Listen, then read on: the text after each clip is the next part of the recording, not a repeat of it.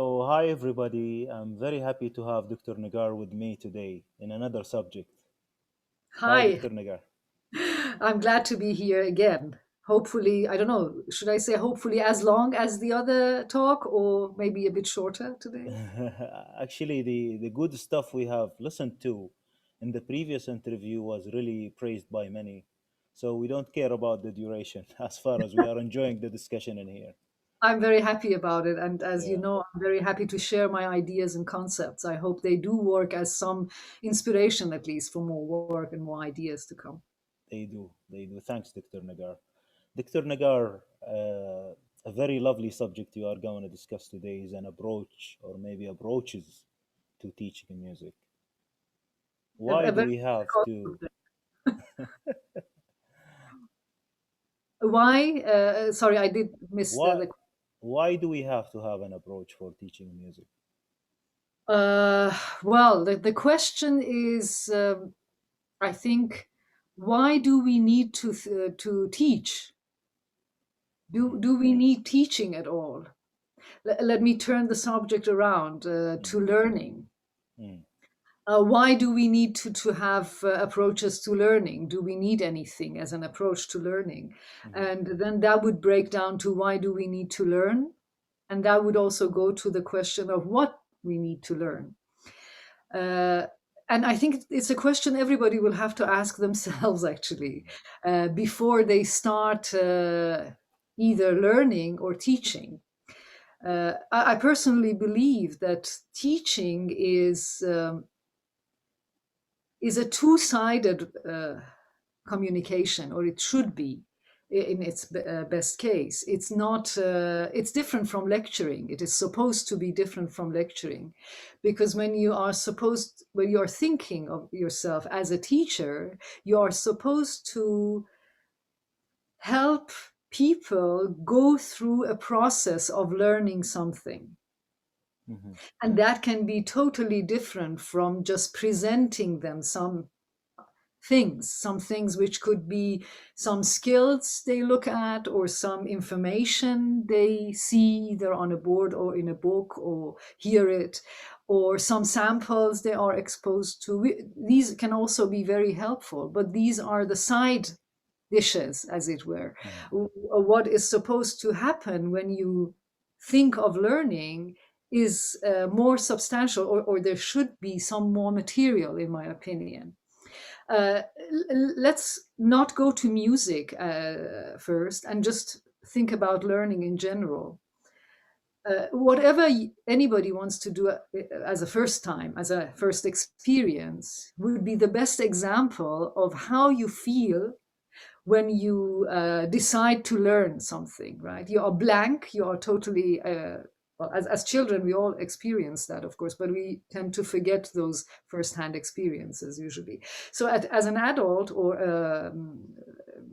teenager or something, you decide, or it's decided for you that you need to learn something or you would like to learn something.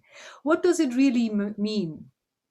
Hmm. When would you think that you have learned it? With mechanical things, it's rather easy to answer, right? If I'm supposed to learn to shoot a ball into a basket, if I want to play basketball, it's pretty straightforward, right? I have a ball, I have to be able to control it in a way so that I can throw it in the direction of the target, and it's clear if I'm successful or not because it's either in the Hmm. basket or not. Yeah. So what happens is that usually somebody with some experience in doing that, they come and tell you how they do it or how they have learned, as it were, to do it. They might give you some hints, they might give you some instructions of like hold the ball like this, then move it there, and then move your arms like that and look where. I mean, it's a set of cues to look for, and then do the movement, and then they will ask you to repeat it and repeat it in order to have a feedback into the system. Hmm. If you take a look at how we actually learn up here, Hmm. it's a feedback system. We are looking for an end result, we try for that. It's either totally wrong, like let's go earlier in all of our ages, like if you are a baby and if you want to grab something, how do you do that? You try maybe 1,000 times, and it's quite a complicated process, actually, if you consider all the coordination a baby needs to see something, to react to the perception of the sight, to move the arm accordingly, to reach there. I mean, it's a whole feedback system. Am I there already? Am I going in the right direction? No, it was here. You are going too far left. And then correct that all the time, and then grab it. And then again, for grabbing, it's quite a feedback system. Am I holding it hard enough? Blah, blah, blah, blah. And then take it. Make it more complicated, add shooting that or throwing that to someone. That's also not. Mhm. And as children, we all go through all these processes of trial and error till we get all the coordinations in place and we can do it. And after a while, it's just a piece of cake, right? You Yes. expect a healthy child to be able to throw a ball and receive the ball, and then a bit later to shoot a ball and whatever, right? Mhm. All the same process of learning is needed for doing almost anything if you want to do it. As I said, the most straightforward could be something mechanical and something that you can see the result. If you made it to the goal, if your shot was in the basket or not. Now let's take it into the realm of music. What goal are we looking at for Mhm. music? Yeah. At the mechanical level, for a beginner, it might be just, for example, on the oud, managing to hit the right string with the mizrab, with the pick. Mhm. Not confusing them. There are 5, 6 sets of sometimes double courses, one or two might be single, and then you want to decide and not miss it. Okay, so this one doesn't seem to be that different from shooting a ball into the basket, but there's another feedback involved, and that is the sound. Mhm. So you are adding, I mean, you are doing this not just to hit it. Nobody will score you if you only hit it and the sound is bad or it's out of tune or anything. Mhm. Then another level of the mechanics would be the left hand in this instrument, for example. I'm going too much into details, but my aim is to show uh, that we take all these things rather for granted, and because we take them for granted, we get to a stage that we get fixated with copying. We think that as soon as I show you, I mean, you as anybody who wants to learn it, as soon as I show the learner, look, this is how you hold the instrument, this is how you pluck, this is how you put your fingers, then I expect them to copy that and practice Mhm. 10 more times, 100 more times. And then there is no real correction because it's more complicated than just seeing if you hit it or not. And the most vulnerable part, at least in my opinion, is that we take the most important part again for granted, so we leave it out, and that is the sound production. Yeah. The learner gets so stuck, especially as adults. It can happen a lot that they are um, they feel it's too complicated or too difficult to do it, all the coordinations to do it correctly, that they just get stuck with doing it correctly, Mhm. and they get fixated with the mechanics, and there's no attention whatsoever to the sound, and they forget that all these difficult things were supposed to be tools for the end of sound making. Mhm. And if Interesting. we take all these in a row, like if we see them together working like knots in a rope or uh, parts of a chain, then we will find the weak points of the learning process. And then we as teachers, Mhm. we see how little we are doing. Mhm. And we always get to a state where we can complain that this student is not talented enough. That student is not working hard enough. Of course, they can make up for some things with working hard.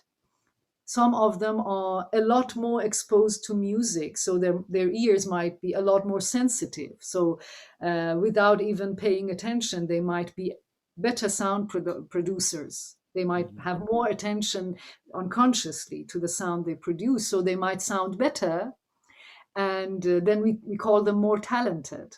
But is Mhm. it really about talent in the sense that we are given by nature or from birth, or is it something we can develop, Mhm. or we can help develop?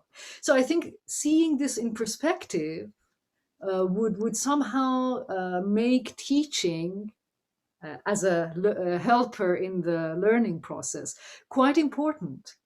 Mhm. And then if we are not only taking refuge into teaching as making a living, because there are many musicians who don't really feel like teaching. They have no heart, no passion for doing this, for helping others go through learning process, as it were. Mhm. And they just do it because they have learned something themselves, with a teacher or without, self-learner, or uh, having had good ustads, good teachers before. They Mhm. know it, and they think, okay, I can make money or I can make a living with presenting it to the others, but it's not enough. uh, Mhm. the best example for that, I think, is in language. Mhm. Not every speaker of a language who knows it very well, we all speak our mother tongues very comfortably. A lot of us can even write rather comfortably in our mother tongues, but can we teach them? Are we all language teachers? Mhm. I know some who do the same, like they know a language, and because they live in a foreign country, and there are some people who would like to learn the mother tongue, the mother tongue of the speaker, they would go to them for lessons. But I'm sure that the same problems might occur there, unless the teacher is quite aware of this learning process. I Mhm. hope I have somehow answered parts of the question, at Yeah, least. yeah, you did actually. Doctor, when you said the teachers can do little in this very complicated process that is always forgotten to be linked to the natural way we learn languages or the way we walked and talked and so on. So if the teachers are doing little, are they important in this process? And if they are, who is a good teacher? What's the criteria for a good teacher or a master or stud? A very good point. Mm. I have two things to say there. Please remind me if I forget to answer the second question. That's also important, the teacher or stud terms. I Mm-hmm. mean, are they the same thing or not? That would be another question. Mm. Um, I think the teacher is very important in the sense that they have to be uh, invisible enough, Mm-hmm. but very effective. Mm. It's like having a background music in a good movie. You Mm-hmm. can easily destroy a very good movie with bad music. Mm-hmm. You can't really turn a bad movie to a very good movie with good music, though. Mm.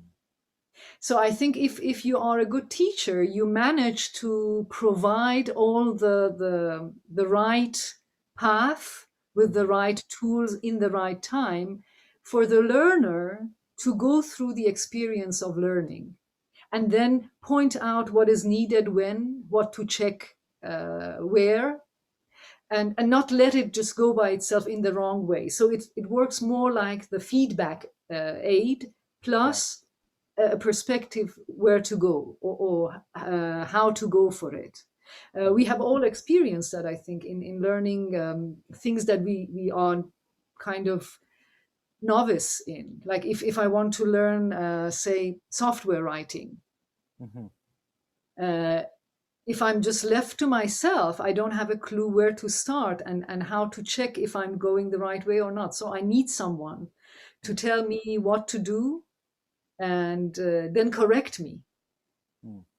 But it's not only about playing pieces and going from one book to another. I think the other very funny mistake a lot of teachers make is that they think that things are in the book, Mm-hmm. or whatever book or recordings, doesn't matter. If you play the repertoire, then you are graduated. Mm-hmm.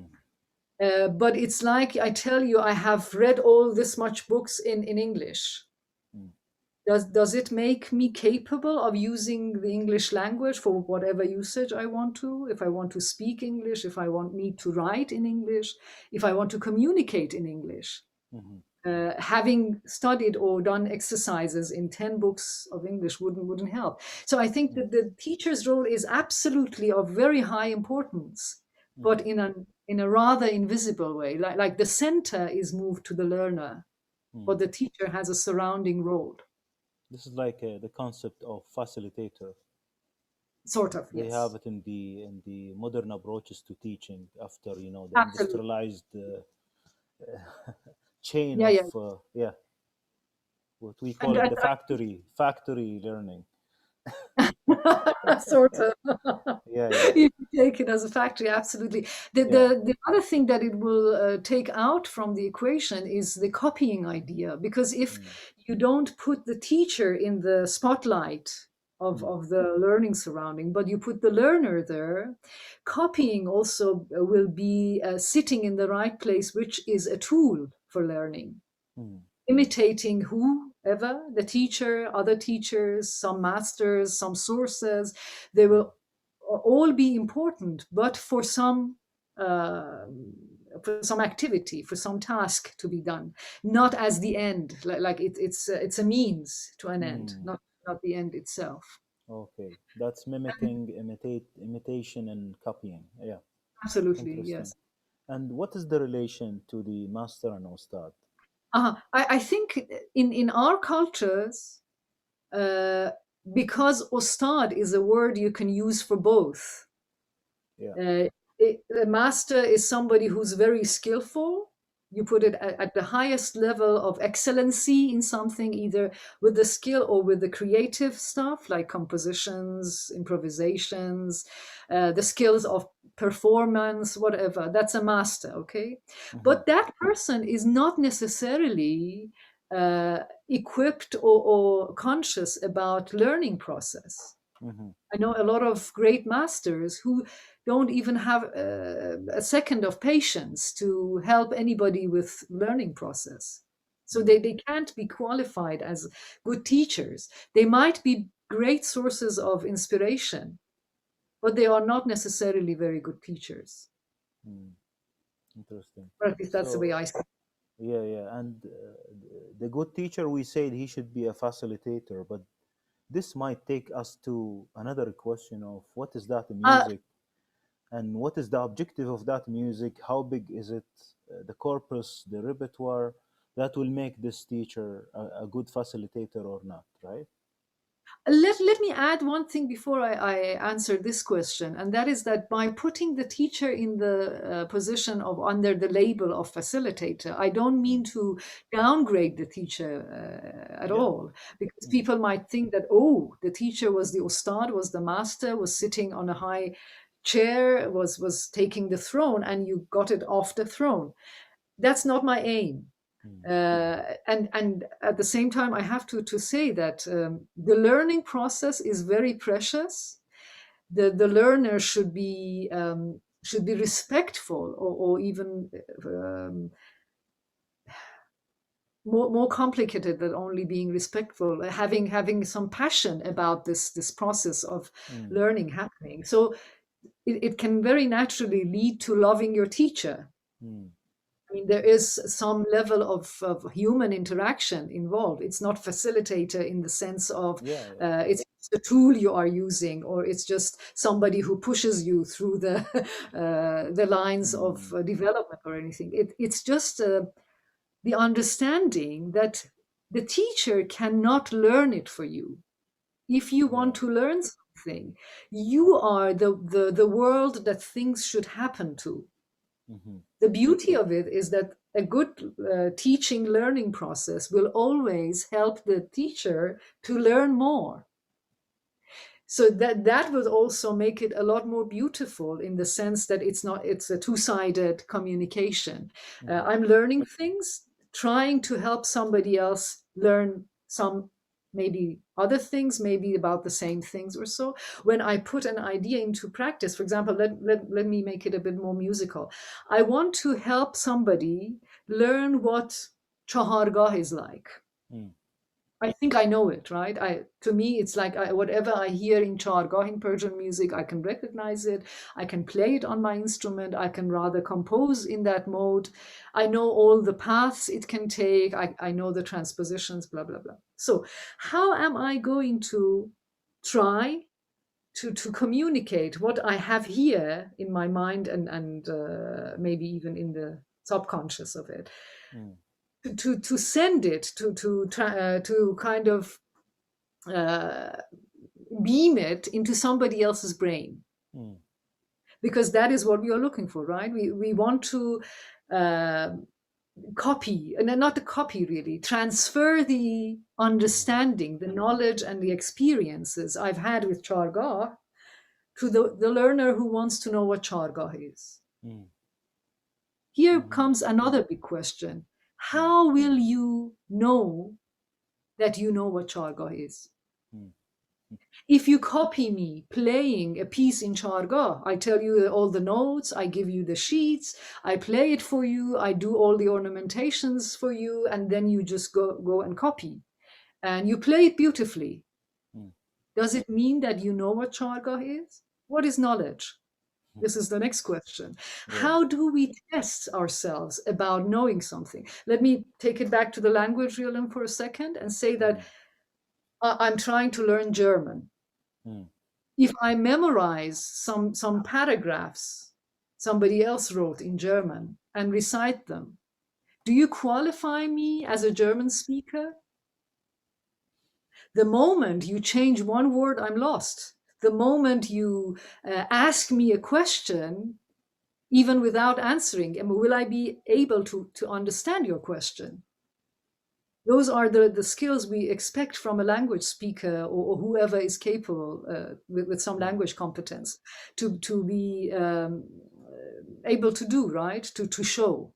Yeah. What are the equivalents of those in music? I mean, there could be a lot of theoretical, linguistic, musicologist discussion in this topic. I'm not claiming that I have all the answers or I know all the answers to this uh, subject or the big question there. But I know that the copying of one or two pieces will not guarantee any knowledge. It will not make the second person who is willing to learn charga, it will not make him have understand what's happening. So what Mm. I do is the traditional teachers would ask you first to play something like them, to Mhm. copy them. Then they might ask you to copy a couple of more examples, Mhm. memorize them, or change them a bit. Mm. Or then the teacher, if you are capable, might ask you to play it your own way Mm. after a while. Mm. And then imagine what things you can change, try things you can change in them. And Mhm. then they will leave you there, right? Yeah. From here on, they would expect you to get creative somehow. If you have some creativity in yourself, it is supposed to have been activated already. Mhm. Or the way my oud master, Mansour Narimon, that we talked about the other time, would Mhm. do it, would be just sitting, and after I had done the first copying, he would start a rhythm on Mm. his oud as a paye, as a Mm. rhythmic pattern, and would tell me, okay, play whatever comes to your mind on Mm. this grid of bam da da da da da, da, for example. Mhm. And then of course it feels as if somebody is pushing me into the deepest part of a swimming pool. I would be frightened to death. But after the third note, which could be probably totally irrelevant, I Mm. feel a bit more confident and I start trying. Mm. And the best that could happen would be that he would say, mm-hmm, meaning not bad, whenever it makes any sort of sense. Mm. And the truth is that I, as a learner, was actually learning then. The previous stages were all like preparations. Mm. or providing me with some stuff to cling to in Mm-hmm. the moments of total fear of not knowing what to do. Mm-hmm. So I think what we can do is to be aware of these stages and help the learner in different levels to kind of first provide the learner with some stuff, but then help them to jump in the swimming pool and try. And it's only through those trials that people would really learn in the sense of they think, aha, this was what you were talking about. Mm-hmm. I had heard you saying something about going between these notes, but I really didn't feel it. Now that I'm trying it, I get the feedback system running. Then I can have a feeling about it, and that is if you listen to great musicians. For example, I've heard it from Hossein Alizadeh a lot of times. He always said that my greatest teacher were my works. Mm-hmm. And a lot of artists say that they learned through their own creative processes, Mm-hmm. and I think we can take it into the teaching Mm. curriculum somehow. Yeah, yeah. Interesting. So, Doctor, the question about what music to which we can create an approach or a teaching or the good teacher, that question. So, Um, if we are teaching Persian music or whatever level of music, folklore music, whatever, we will decide who is a good teacher for that, right? uh-huh. It's a very tricky question. I can't have a already made answer to give you as bullets like one, two, three. These are the qualities. Mm, One thing I'm sure about is mindfulness in the sense of um, looking for some goals to achieve mm, at every level. mhm, That means that well, let me bring in the parallel of language once more. mm, If you want to learn a language these days, they usually take a placement test first. mhm. Yeah. They want you to participate in a placement test. What does that mean? It means that they have some chart, very loosely put, of course, Mm, with which they expect some uh, activities to be possible for every level. mhm, Like they expect you to be able to introduce yourself, say who you are and what your job is, or how old you are, or a bit about your family at an elementary level, at a beginner level. mhm, When you are done with the beginner level, you are expected to be able to do that. Or you are expected to, for example, manage a shopping activity, mhm, right? Do we know what levels, or sorry, do we know how levels in musicianship would relate to what we do in music? I think we don't. I think everybody might have some vague opinion here and there of saying, this is quite advanced, leave it for later. This matches the intermediate level, for example. But mm, I think every teacher can have some idea about that at least, and not just about the complexity or difficulty of the mechanics. mhm, I think more about the content of how you can train the brain in doing whatever we need in music. If you like, I can elaborate on that a bit later. But for now, let me just say this: that if you are mindless, if you don't pay attention um, to this part of the story, like what goal am I looking for as a teacher? And just give people things like this is the book, we start from the beginning to the end. The learner might go through the whole book, and when the book is closed, the learner is also closed. I had students at the University of Tehran, which is like the highest taken, or at least one of the three highest taken in the whole country, who would always have the best grades in every exam. But one day she came to me and said, I have decided to leave university in a very bad mood, crying and feeling so sad. And I said, what's the problem? And she said, I can't play even 10 seconds of anything of my own. mhm, I feel paralyzed when they tell me she had taken part in a competition for the youth in the youth festival. And after she had done everything perfectly fine, the jury asked her to play something in that maram, just whatever she likes. Mm-hmm. And she was paralyzed. She couldn't do a single note. Mm. And where was the problem? She had graduated the conservatory. She was in the second year or so at the university, and she was always having the highest grade. Mm.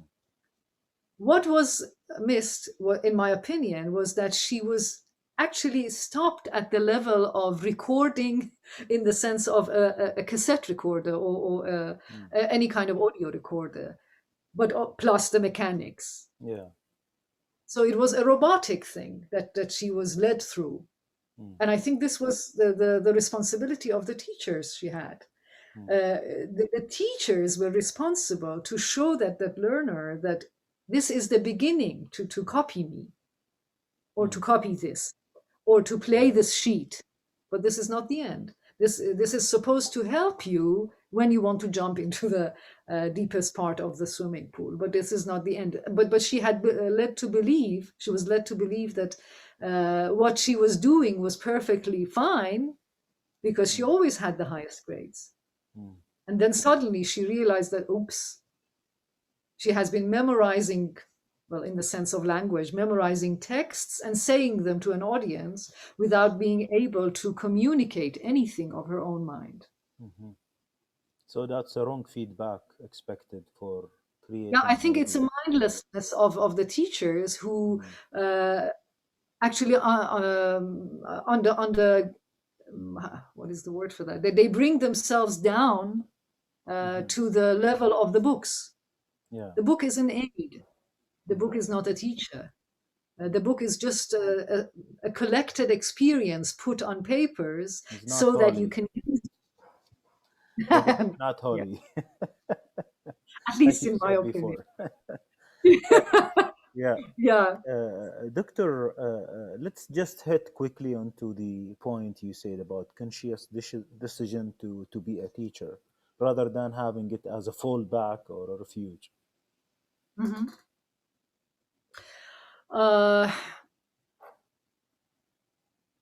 I understand those people who think they know something and they could teach it to others because they know it. And on the other side of the story, I also understand those who think, oh, he's doing it so beautifully. I want to learn with that person. Hmm. But the thing is that there is something totally misunderstood here, and that is knowing something in the first person's head doesn't guarantee the right transfer to the second. In order to put it out, I mean, let me give you another parallel. We have all experienced different emotions, different big and heavy emotions in our lives, like love, like fear, like death of a dear person. These are the emotions we deal with, right? But not all of us can put it in a piece of poetry, can we? Yeah, It I do needs understand. another way of another ability to communicate that, to put it into some form that the others can live it.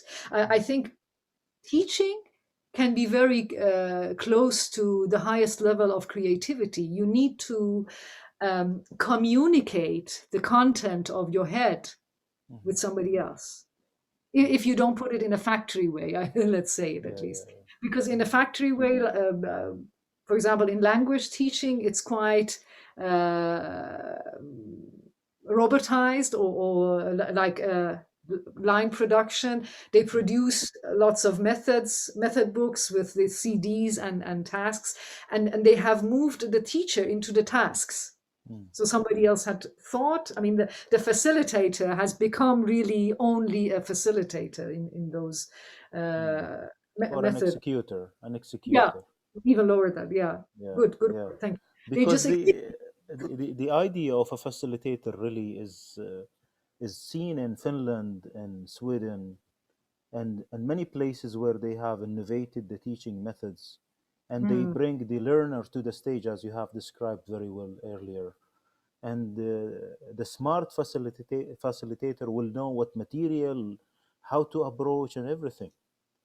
And we have seen the results of such what we call public education rather than the factory Hmm. or maybe production lines. Production lines. That's a big difference. Absolutely. Dr. Nagar, this fallback thing actually is always noticed that maybe some people fail to be a great musician or ustad or whatever, then they choose to go for teaching, right? And this happens everywhere. And this might sometimes maybe give negative indication to great teachers. Maybe they Absolutely. think, oh, this guy might have fallen back to this option forcefully. I think there's even an English saying about it. The ones who don't do it, they teach it, something like that. I Yeah, don't know yeah. the exact words. I Mm, understand why such a phrase was made, such a saying is there, because there are many of them mm, who uh, probably loved what they were doing in the beginning, but for some reason or reasons, they were not into the highest level of that business, quote mm, unquote. mm, Well, I don't necessarily mean that money is the key factor. Of course, there are many uh, high level creative stuff that are not paid during the lifetime of the artist. mm, Being able to make money through your creativity is not um, guaranteeing the quality of your work, and vice versa. If you can't make money with your artwork, it doesn't mean that your work is not worthy. mm, So I'm not talking about the money making thing, but I talk about rather an attitude in the person's mind towards some sort of setback. I mean, it's a very personal thing that I wanted to do.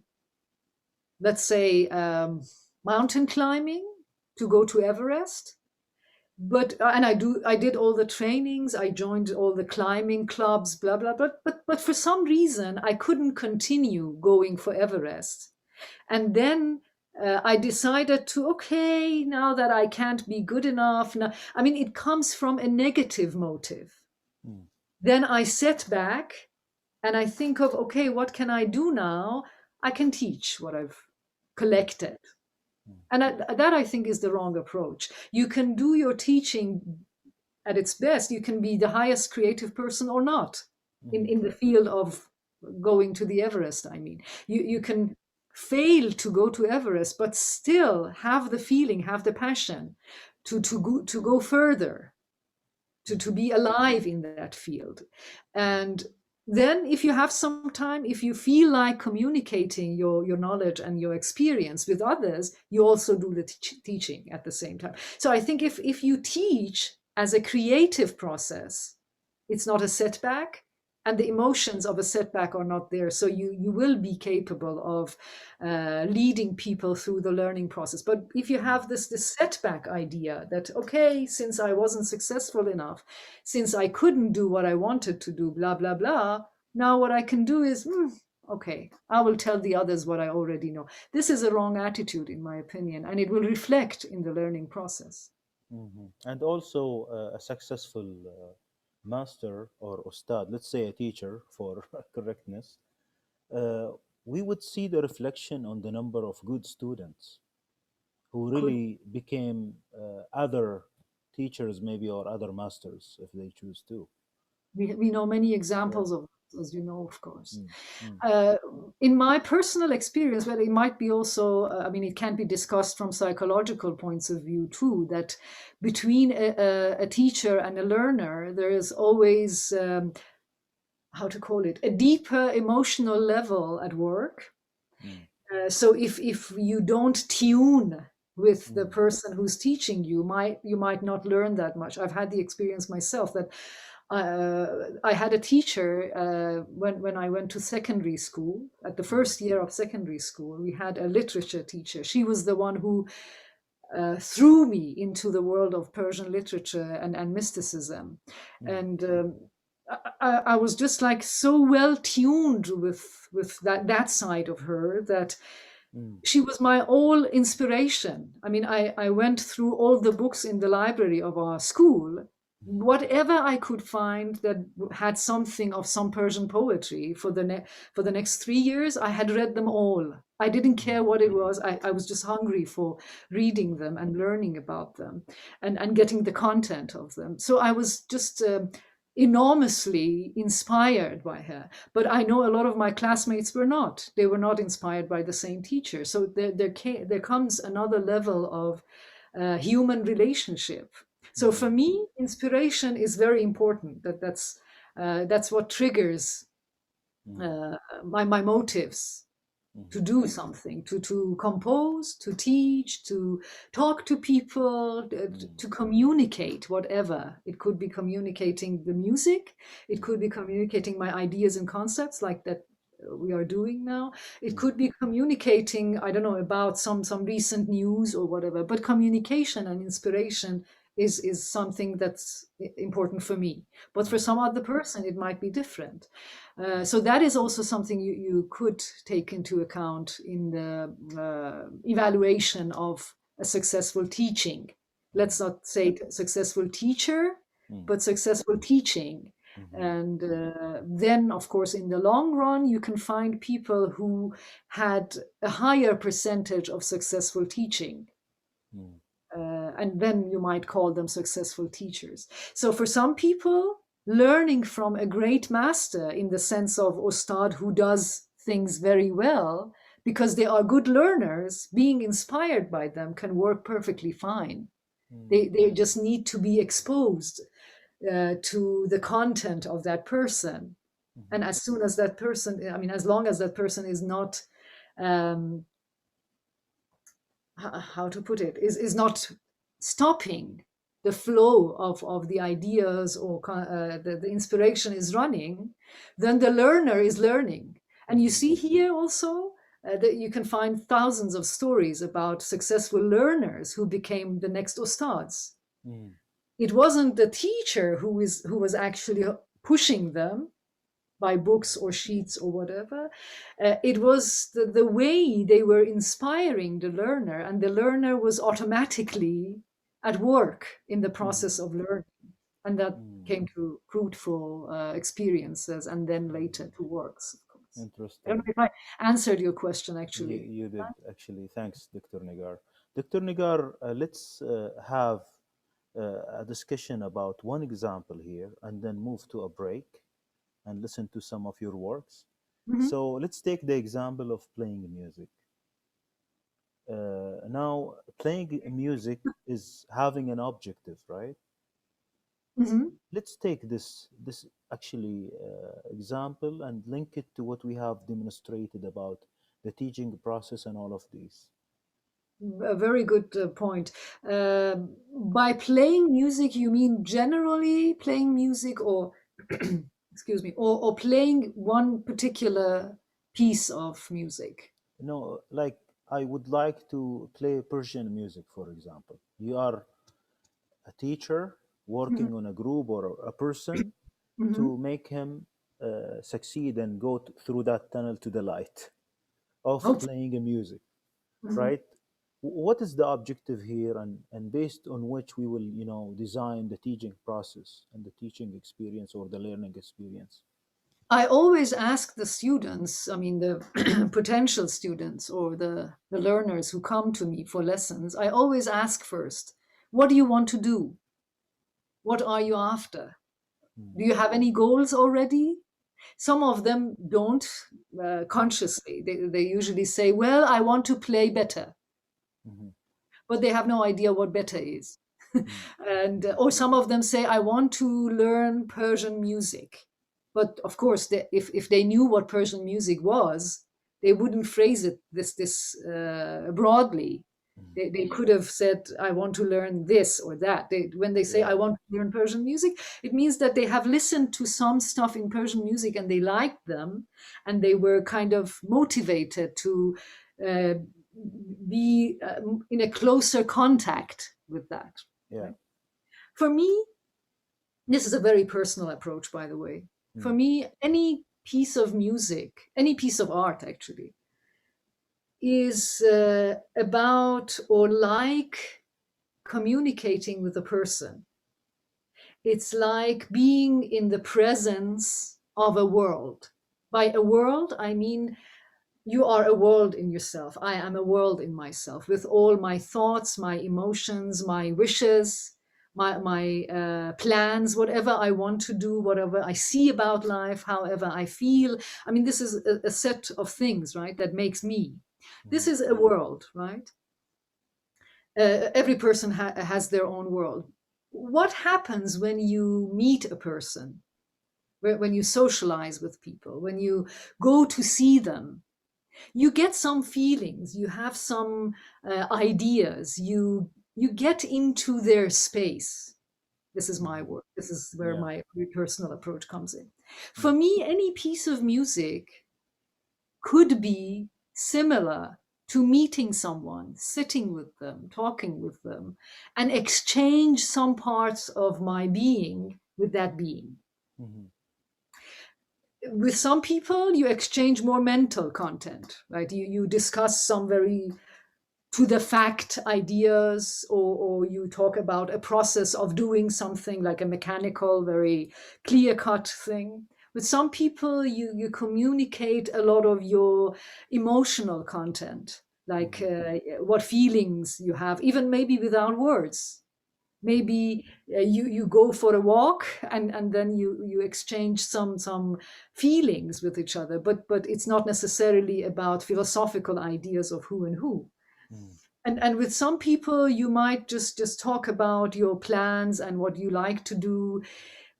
When you do this, you usually get a feeling of this person is very kind but quite sad. Mm. This person, or this meeting, sometimes it's not about the whole person but about that meeting, this party, or this conversation was very aggressive. Mm. The other one was like cruel. The other one was full of love. The other one Mhm. was very intellectual. The other one, you see what I'm going for? Mm. I can describe the world or the space I am exposed to when I listen to a music as if I'm sitting with a person. Mhm. I said all this to come to this point that I think if you want to play some music, if you want to prepare yourself and learn to play music, you have to connect with it on different levels, as if you are connecting with a person. Mhm. Yeah. Some of the parts of connecting need some information, Mhm. right? If I want to sit and talk with you and you speak only Arabic and I speak only Farsi, Persian language, we probably get very limited. We Mhm. can't communicate, right? So we don't have the tool to communicate on a language level. So we will very probably never ever manage to talk about concepts. But we might very easily go somewhere and watch something together and enjoy each other's company, even, right? Mm. So it depends on what I want to do, uh, what activities I have in mind, to decide what kind of capabilities and what information I need. Mhm. So if you tell me I want to play Persian music, Mm. then I can ask you directly or indirectly, what Persian music? Yeah. Do you like? Is it okay if we play one piece? Can you tell me what piece you have heard recently and liked? I mean, you can break it in steps, and Yeah. then with answers you get from the potential learner, you can start doing something. Mm. And I, as a teacher, usually do that. I ask questions, I get answers. With the answers, I decide. Mm. I kind of make a plan or semi plan, something flexible. And through the first attempt, Mm. or the first two or three attempts, I realize if the person was actually saying what he really wanted. And then I try to correct that. Maybe somebody is just in pursuit of expanding their vision. Mm. For such a person, I will try to provide the situation with a variety of things to listen to, but Mhm. of course under a task. Because Mm. if you have a lot of things to listen to and you have no tasks, you might feel a bit lost as a learner. Yeah. So you can set a task and say, go listen to all these, have yourselves exposed to these, and do this task Mm. out of that. Mm. And the learner will be aimful. It would be like goal oriented on Mm. the surface. But on a deeper level, what is happening is that exposure has occurred. Mhm. And if Mm. I wanted to expand my view, exposure is what we need. So Mm. the goal I am setting as a teacher invisibly is Yeah. different from the goal the task is putting in front of the learner. Mhm. And that is where the creative process on the teacher's side is supposed to be happening, at least in my opinion. Mm. So the teacher will be influencing the learner to Absolutely. maybe a better goal rather than, for example, aiming to be masterful at fireworks, right? Well, Or maybe playing a small piece or whatever. Yeah. if somebody comes to me and says, look, I don't mind the music you are doing, but what I'm in pursuit of, what I want to learn really is how you do it. They Mm. usually refer to this with the word of technique, the Mm. fireworks, which we Yeah. can discuss. I think technique is totally misunderstood in that sense. But let's say acrobatic mechanics on a musical performance, which is generally called technique, people come to you and say, I want to further my technique. I want Mm. to be able, I would translate that to this. I want to be able to do more extraordinary things on the instrument or in my singing, because usually the motive underneath is I'm asking for praise, Mm. right? When a person comes for that and says, I want to do more difficult stuff, I want to play this and that, I want to be faster, this is practically asking for attention. So Mm. uh, if you want to help them go through this, because I personally believe that at least many of such learners are not guided through the content, so they stayed on the surface of Mhm.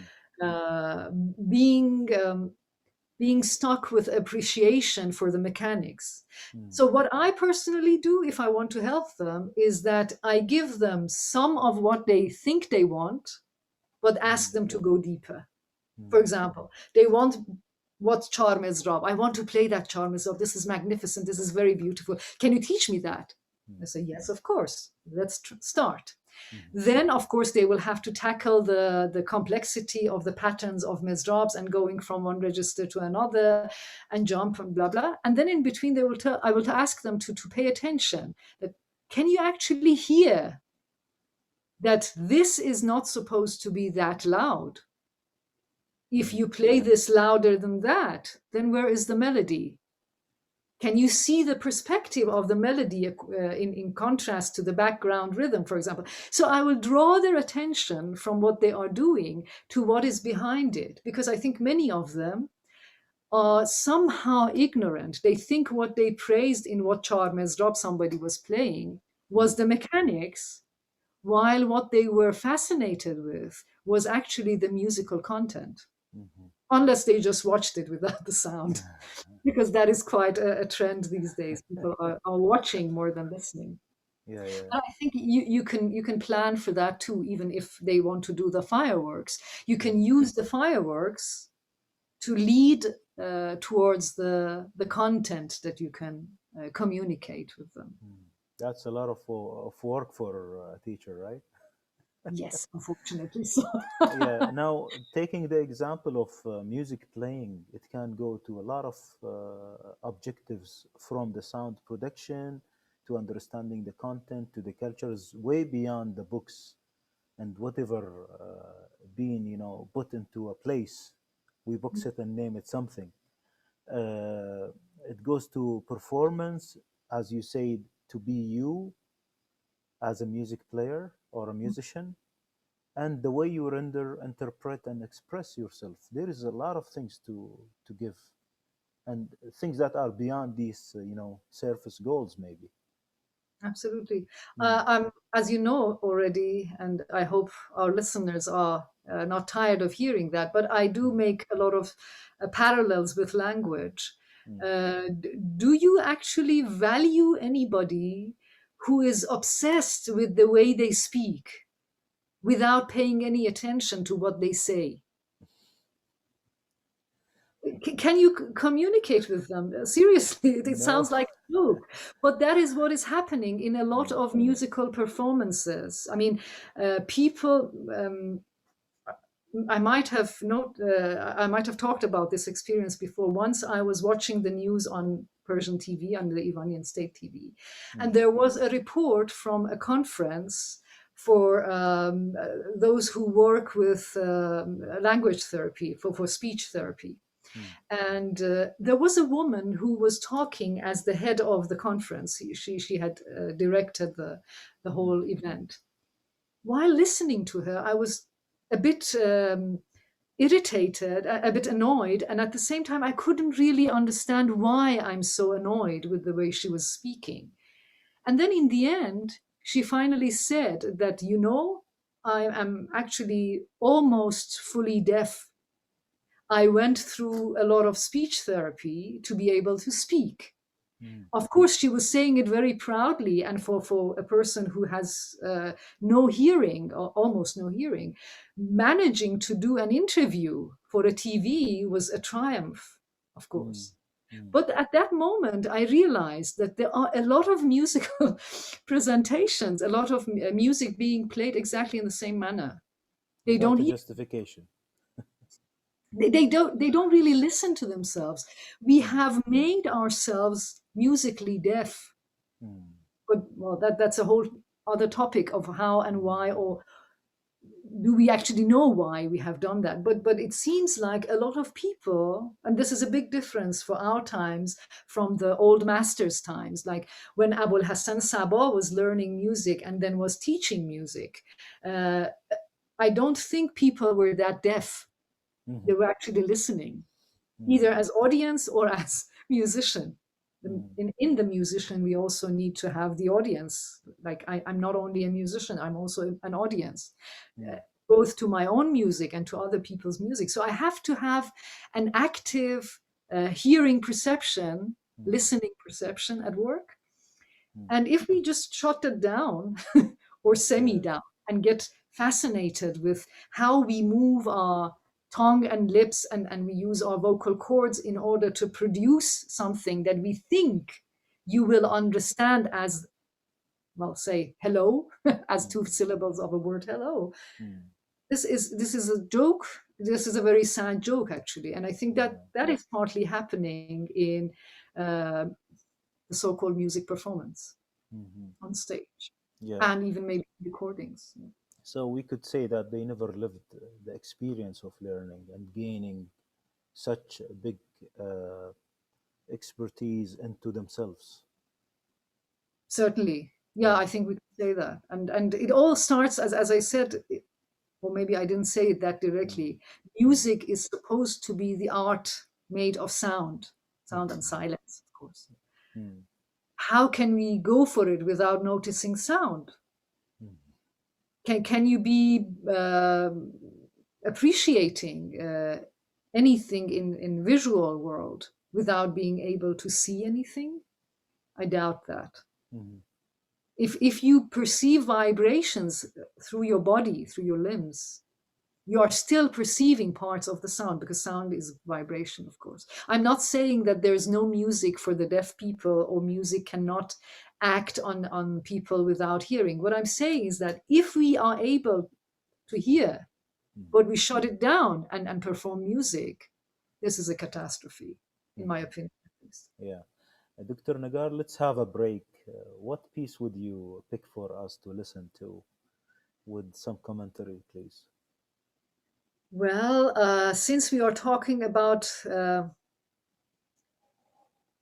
sitting with people in parallel to music, sitting with music, Mhm, uh, and referring to teaching learning, I personally want to share something that is taken by many of my audience as a special piece with something that they thought or they expressed as a very negar, like they couldn't see it as an imitation of anything, while still it had some identity, Mhm. which they could also connect with the identity of different ethnic groups around Iran Mhm.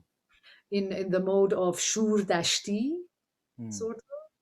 And to me, it's more like using, I mean, I didn't consciously do that, of course, but if I want to analyze it, it was like a combination uh, of,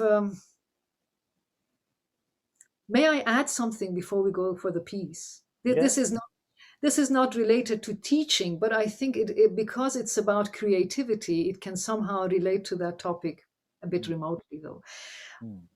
I think creating something, or that's my personal experience at least, Mhm. is a need, is an essence. You feel it. You Mhm. feel the need of communicating or bringing to the world something that you have lived yourself, maybe even vaguely. Mhm. Maybe you can't address it. Maybe you can't put your finger on it, what it was. But you have a feeling that you were there, you Mhm. were somewhere, like having a dream, right? Like Yeah. seeing something in a dream.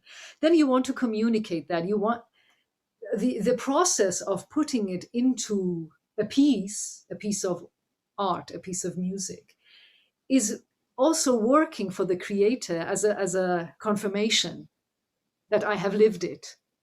It's Mhm. like retelling a dream. If I tell you my dream, it's like I'm reliving it, but in a more Mhm. conscious way. And then after giving birth to it, I can actually divide it from myself and look at it and Mhm. see what it was. Interesting.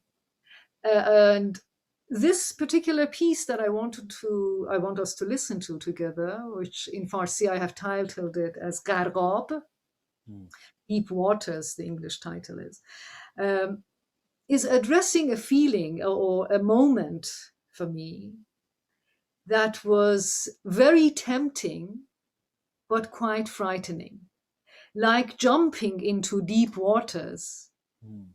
floating in them while you can't be certain if you will survive. Mhm. I don't want to say more because I'm sure there are many different interpretations of that. Like if you fall in love and you are afraid of it, if it's death and you are drawn towards it, but you're still Mhm. not certain if you should go there. There are many experiences that you can address like that. But Mhm. the feeling was like um, you see some clear waters, very tempting, but you know it's very deep, and if you jump in it will not, there's no guarantee that you will come out in one piece. Mhm. And this was a moment, it was a feeling. And I had my oud in my arms, and there came, just out of nowhere, there came a simple movement of, maybe I can show it since the oud is here. Mhm.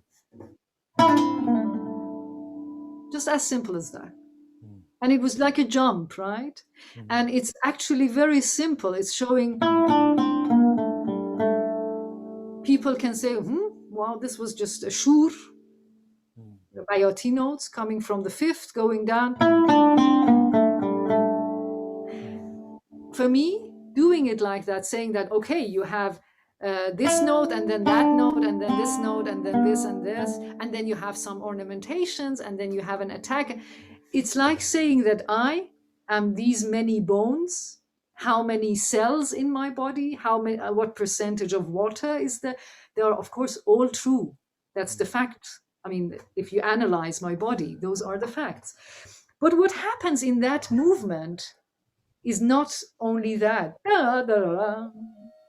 It's Mhm. creating a bubble like piece of attention, right? As if I see something, ooh, I want to go for that. But then there comes a lot of up and down, which is, at least for me, picturing the forces at work, if I want to jump in or if I want to avoid it. Interesting. Let's listen to it. Please.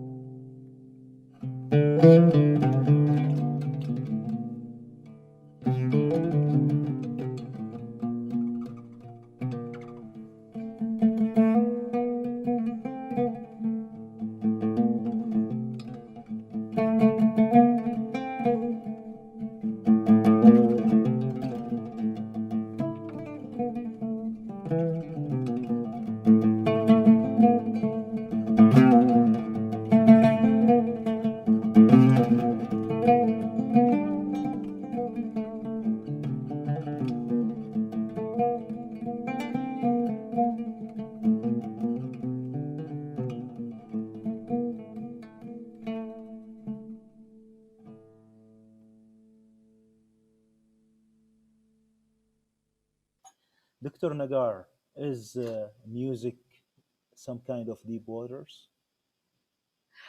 Very good question. Uh, I'm sure sometimes the answer is absolutely yes. Mm, For me personally, any good piece of art is. Any good piece of art is a world that can drown you in itself. I mean that's the amazing, precious side of art, at least the way I see it, and that is actually what makes it different from entertainment, which is, mhm, I think, blurred. I mean, the line between the two is quite blurred these days. That people tend to take anything. That is music, for example, as entertainment, or anything that is music as art. mm, We can use the same medium. We can use movies as medium for art. We can use them as medium for entertainment. So the mm, same with music, the same with poetry, the same with painting, mm, graphic design. I mean, anything that you use as a tool can serve either way as entertainment or as a piece of art produced. And for me personally, this is, of course, debatable by the other scholars and intellectuals that um, the difference between entertainment and art for me is when you are entertained, you are still the same person. mm, You sit there and you want to have some good time. mm, You want to be busy with something joyful, but it's you mm, still, in a good way or in a bad way. It can be produced in its highest level for entertainment and you are enjoying it. You are really fully triggered with all the senses that could be, and you are entertained. And after that, you feel kind of fresh, and all the tensions that you might have had from whatever you were doing before are gone, and so you are fine with something that entertained you, and that's nice, no problem with that. But mm, you are still you, the mm, same person, only like after a good sleep, mm, right? But with the arts, for me at least, it's totally different. You are not supposed to stay the same person. You are actually the stronger the piece of art is, you are supposed to go further from your daily whoever you are. mm, Actually, if you watch a very good artistic movie, if you listen to a very good music as a piece of art, you should feel different in the end. It should work as if you have traveled and experienced a lot of things that you hadn't seen before. And for me personally, again, one criteria is that I might stay in that world for some time afterwards. mm, With entertainment, when it's finished, it's finished.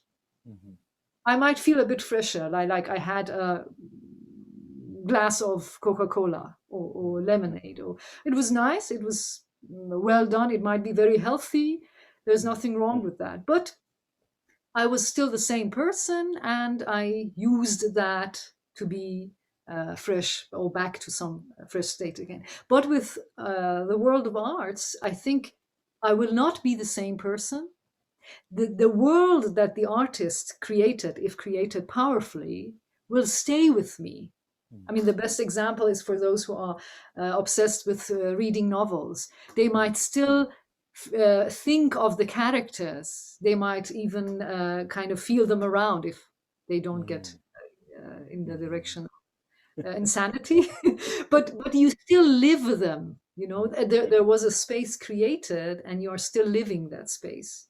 mm, That is, of course, the highest level of um, creativity, and the strongest cases mm, could do that. But at least during the experience, the art is an attempt to do that for you. And I remember a friend of mine once made fun of that about me. We were visiting a museum of arts, mm, and I was just like, "Oof," after 10 minutes, she said, "Hey, are you still there?" I was so drowned in the works of art I was visiting that I forgot everything. I could even forget my, not forget, but I wasn't present in the mm, sense that we were mm. before. I was living more in the works. So when Yeah. we left the museum, I felt totally different. I felt, I mean, you could feel elevated, you could feel tortured, you could feel whatever, but it's an Mm, experience communicated with you. While entertainment is not an experience of the creator in that sense. I mean, it's not a space that you are put into yeah. So you take it with you, right? It's an experience you somehow take it with within you, maybe forever or within you. Yeah. the stronger, Mm, the longer. yeah. Great. Actually, your examples of all these arts, Doctor, is very apparent in the very rare movies that we see nowadays for those great pieces, other Yeah. than those shallow stuff. The same for painting, poetry, music, and so on. These are things that get attached to us forever in one form Mm. or another. Maybe when we relive them again, we will get more stuff than we get maybe in the first encounter. Yeah, and I think one thing at least that makes the connection more meaningful Mm, is if you think of the question of what is a human being other than an animal. I mean, mm, the animal side put aside, what is making us? Some people might say we are not different; we are just animals. Okay, mm, I don't think animals produce art mhm, in the sense that we were talking about, mm, but that would be another discussion. I personally think that what makes human being very different, at least as far as we know so far, is the level of capability of empathy.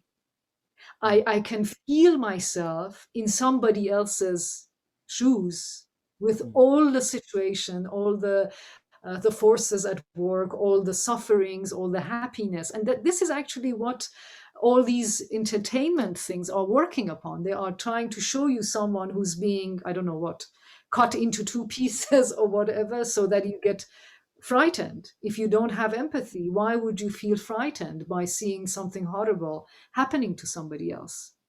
If mm. we get insensitive with all the stuff, for example, Daesh, the Yeah. ISIS Mm, was doing, yeah. showing the awful Mm, head cuttings and everything to people, I think people couldn't believe it mm, when they first saw such pictures. They thought this must be fake. mm, This can't be happening. Why?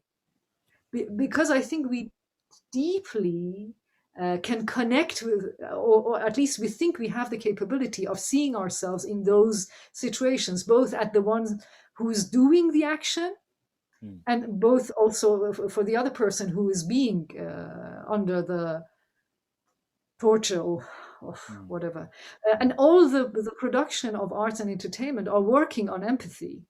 mm, And if a piece of art is done well, it should stay with you because it has created the world in a way that you imagined yourself in that world, whatever the world is. I mean, in a novel it's more straightforward because you have characters, you have situations, you have happenings, mm, events, who fell in love with who went to war, who was whatever, all these daily stuff. But mm, in music it's a bit more hidden. mm, But still, if you really live it, you experience some inside mm, happenings, some worlds inside the creator, and that can stay with you. And mm. I think in many cases the reason we want to listen to something a second time, a third time, a tenth time, a hundredth time is that we want to relive that. Yeah. And that's why some people think that if a music, if a piece of music is played more, then it means it's better. You know, in children, you might have witnessed this. They want you to read to them the same favorite story every night. Yeah. Mm, What is happening there? They want to relive it again yeah. and again. Mm. So yes, Interesting. deep water can be music too. Interesting. Dr. Nagar, music teaching, let's deep dive into that on the what and the how.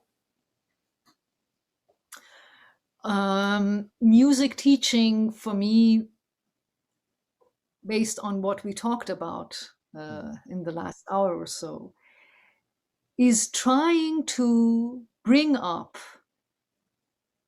uh, a person inside the learner mm, with providing that person with some knowledge in the sense of experience and information, mhm, plus some skills, mm, plus a musical mind.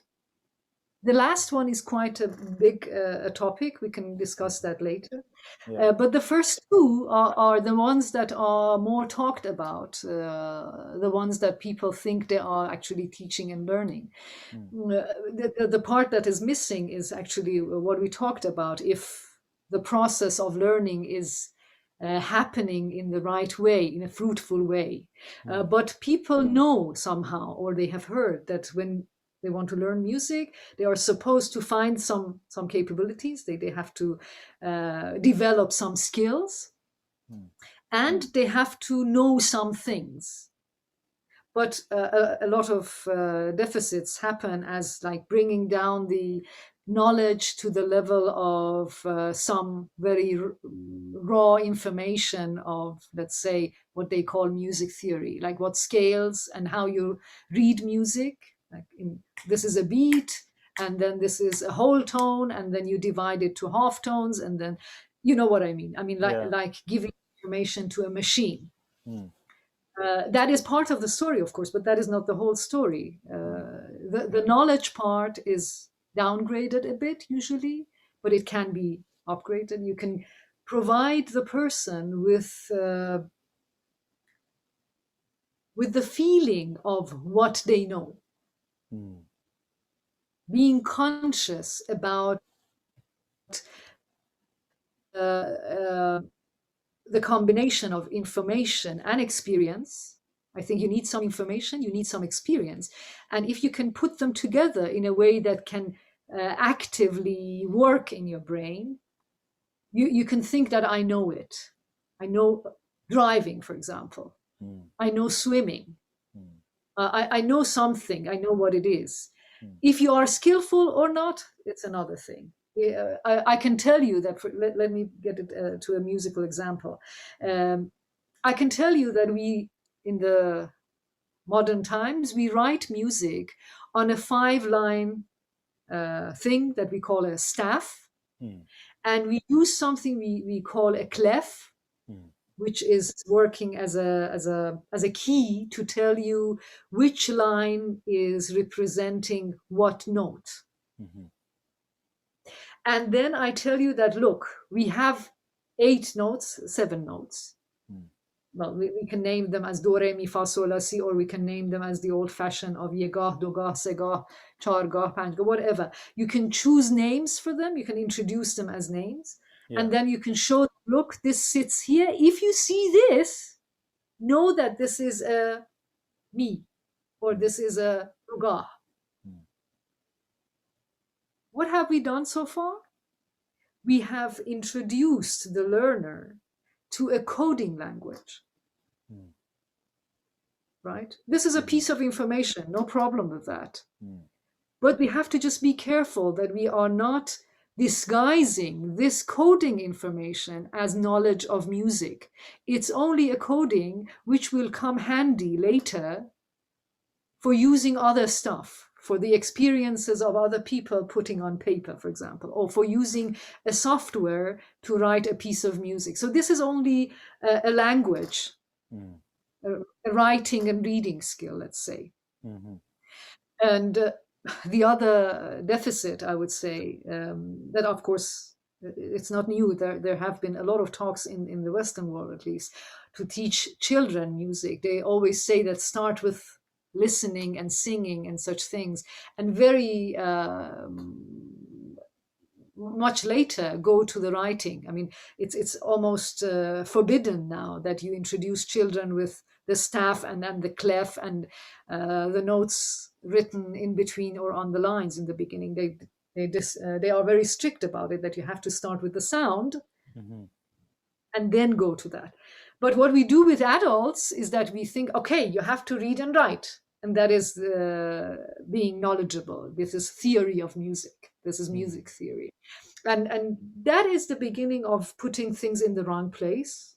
I would like to state that. But anyway, this clef can take different shapes. Oopsie. Okay, so what does that mean? If I have this kind of shape, the G clef, mm, in Farsi they call it kilid sol, mm, which is sitting.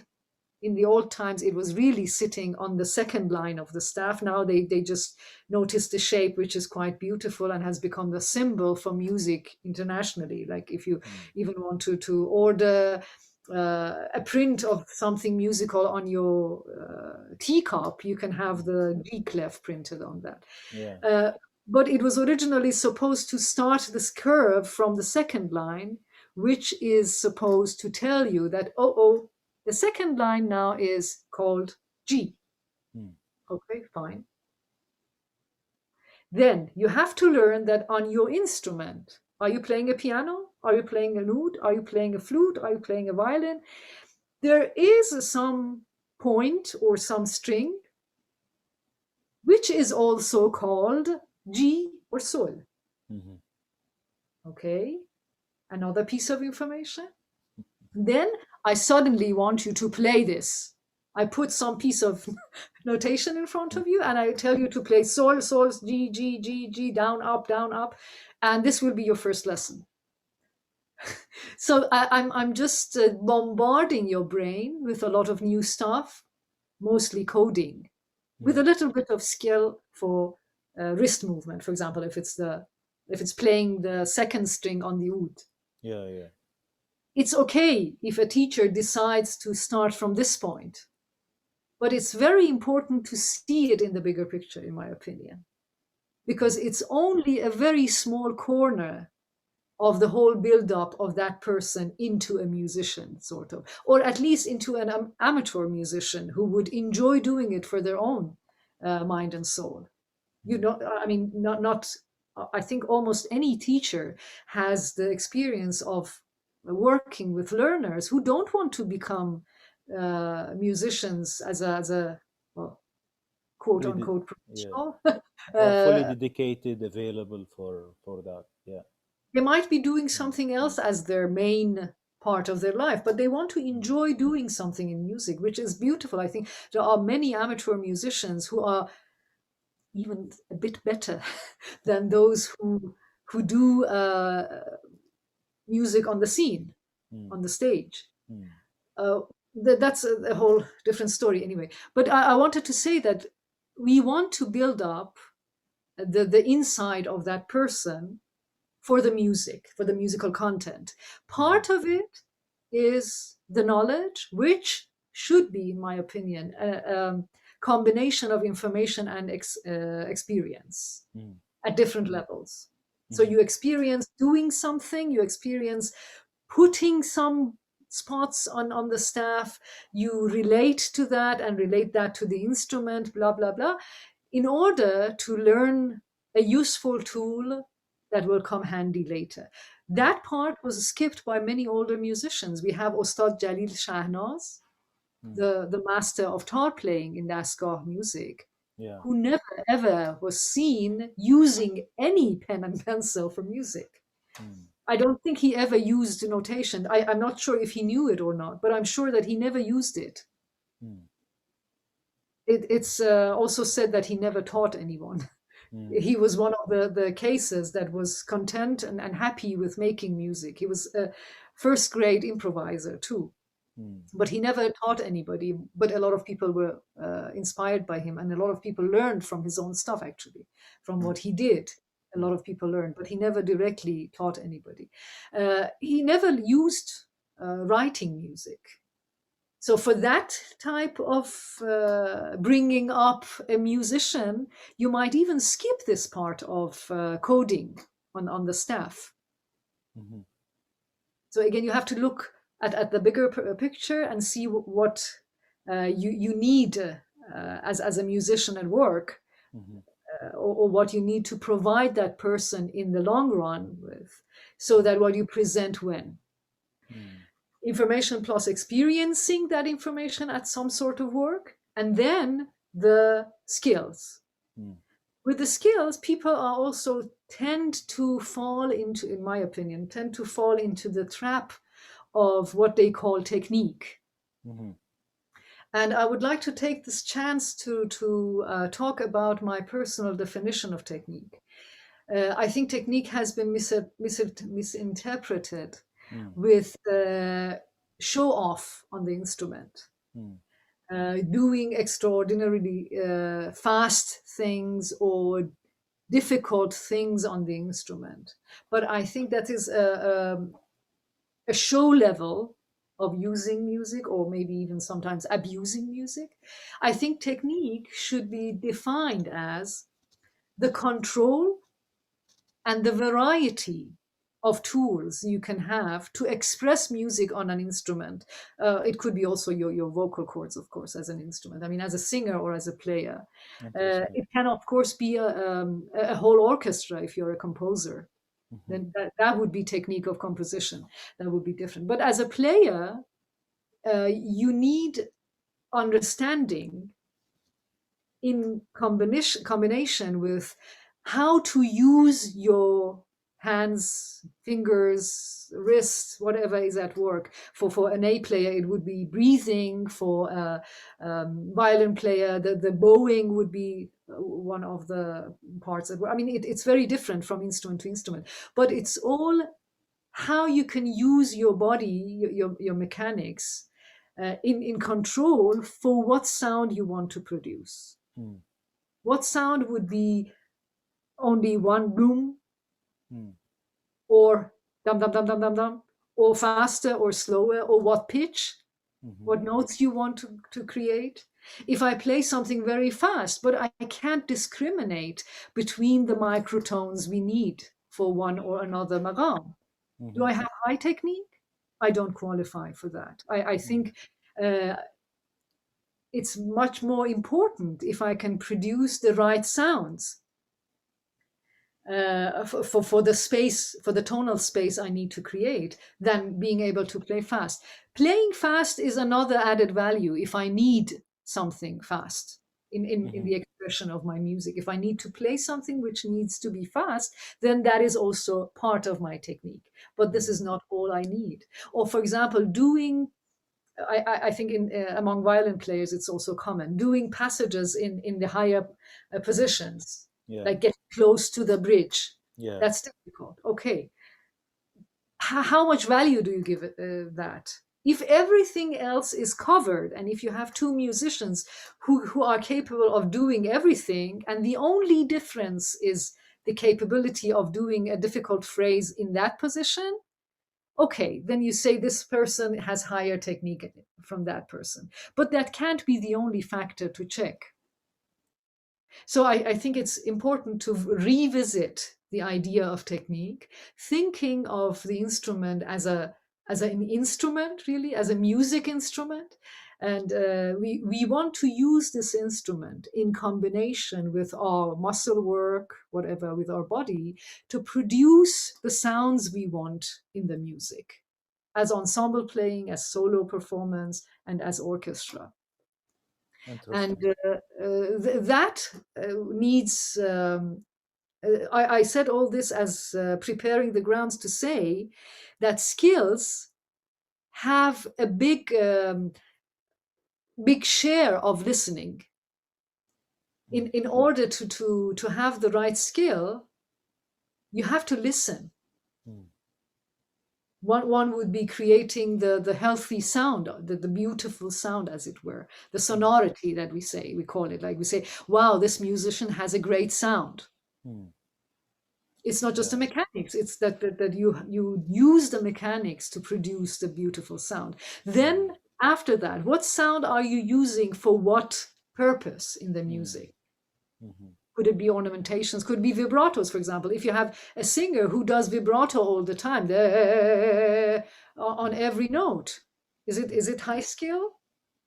I would like to remind every music lover of the singing of Kulthum. Mm.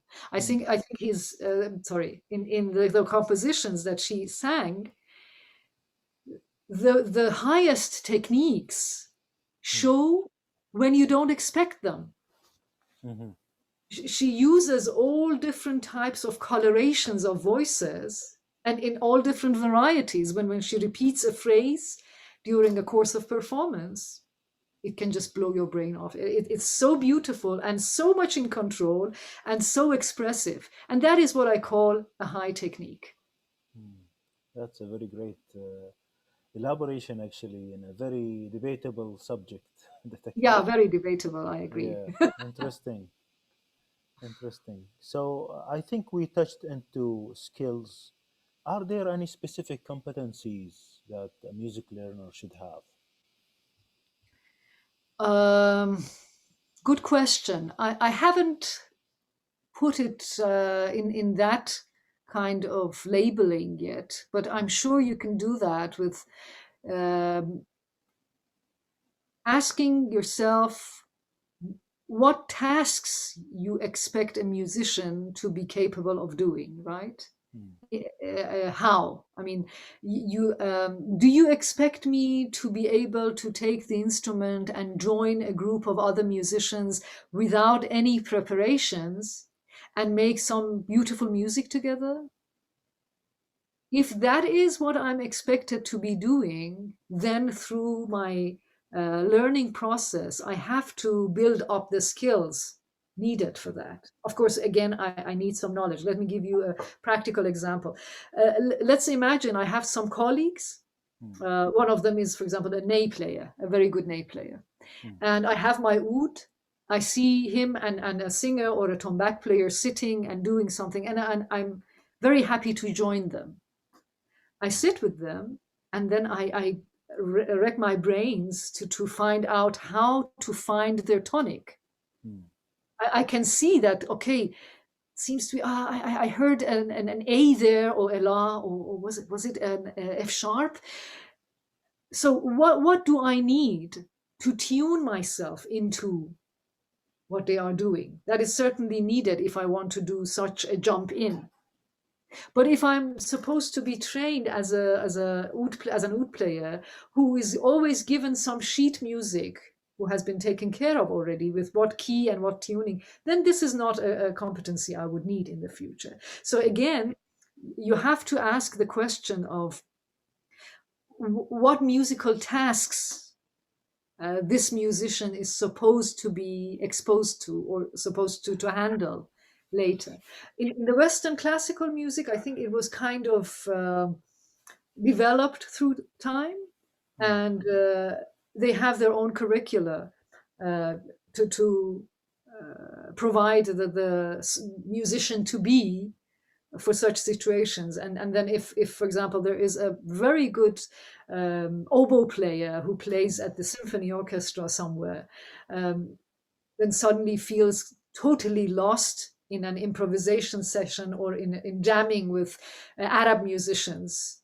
mm, The reason is here because mm, the skills the Arab musician was uh, trained for somehow, mm, or was helped to develop, was not happening to the oboe player of the symphony orchestra. But it can also be the other way around. I mm, might be put into the context of a jazz group, mm, mm, and then I might be told that, okay, you have 8 bars here to improvise on these chords. mm, I'm not prepared for that, meaning I can't think and use what I have in that context. I might be a very good musician, high level improviser. I'm skillful with my instrument, but still something is missing. And that is the knowledge, information plus experience in the world of jazz. mm, Like I have to understand how it works to play on a chord and then through a chord progression, for example, as just, I mean, mm. it just came up as an Yeah, yeah. example. So Interesting. I think it comes down, if you want to go for that, it really boils down to what musical tasks you expect the musician in the future Mm, to go through. mm. Talking of tasks and whatever the musician is prepared for, there is the skill of composing, Mhm. the skill of singing, or maybe making a new teacher out of music teaching, right? All Mhm. of these come into the music teaching process where you have described many things the invisible teacher is doing, and I don't know when he or she decides for a student to do what. I mean, and there is this component of resources, Dr. Nagar. What Absolutely. resources are there for such a whole experience of making a musician? Uh, I guess you are using the word resource or resources in the very general sense, because Yes.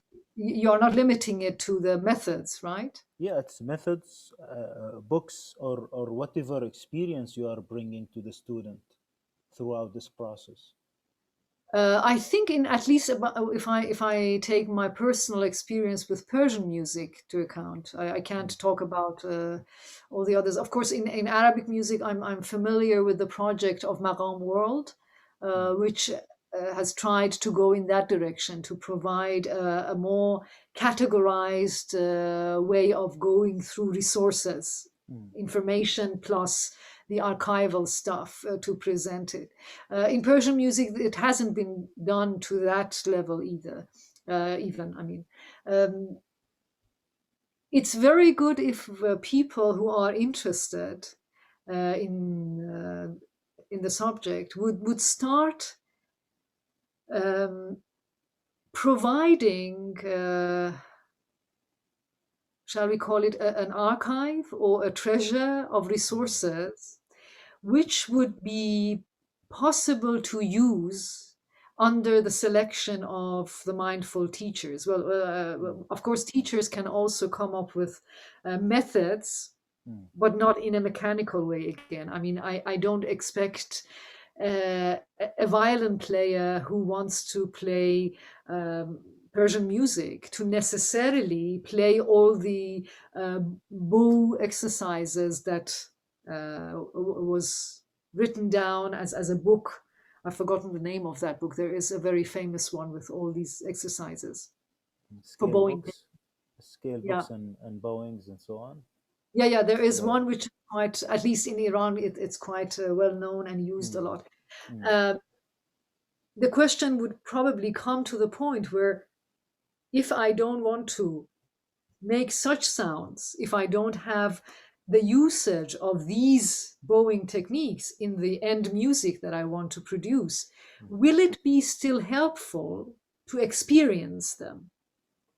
mhm, I think there is some gain out of that, mhm, uh, at least only in the sense of expanding your view on the mm, usage of the instrument. I mean, in the end, the instrument can still be seen as an instrument, right? And people around the world have worked mm, on the same instrument with their own musical minds, with their mm, own ideas of music, with their own expectations of sound making, let's call it. I mean, mm, we will talk about musical mind later, but mm, let me just refer to the word. Let's imagine I have something in my mind, I have some sort of dream of sounds I want to put on the instrument. mhm, If it's not done before, if I'm not using what people have done before on the instrument, I need to expand the technique mhm, in the sense that I talked about, right? I need to expand the technique in order to be able to use this instrument to produce the music I had in my mind. mhm, Uh, a very far example could be making words, new words mm, for a field in technology, the words mm, that didn't exist before. Your mm, language is still there, but you make new words because you want to express or address something new, right? mhm, So on an instrument, you might need some techniques that were not used before because you want to address something new. If your musical imagination, if your musical mind is active to come to invite new stuff to the music, right? mhm, In that sense, using the techniques that are not useful so far might be interesting as knowing it, like, oh, I know something existed like this as bowing technique. mm, Would it help here? mhm. The Interesting. equivalent of that in Persian music, I can say that, for example, in the world of oud playing, which is quite an international instrument, we have it. I think it can be a second in competition with violin, sort of. Mm, We have many music cultures using the oud to express their own musical content. Some of those techniques, some of the things they use on their ouds, sound a bit foreign, a bit alien if you mm, play exactly in the same fashion. For example, there are glissandos that in Turkish music on the oud is used frequently. mm, And if you use them exactly that way to play a Persian piece, people will say, it sounds a bit foreign.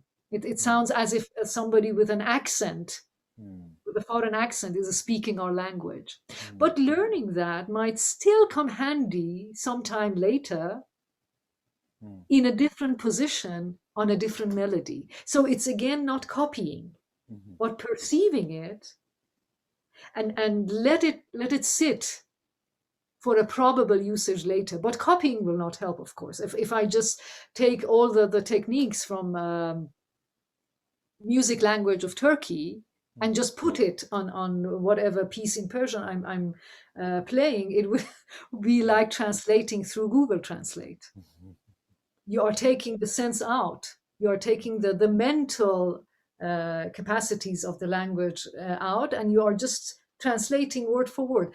Google Translate might be helpful at times, but you need a human being who knows the language in a deeper level to use that for a mm, productive process. Or at mm. least that's the way I see it. Yeah, interesting.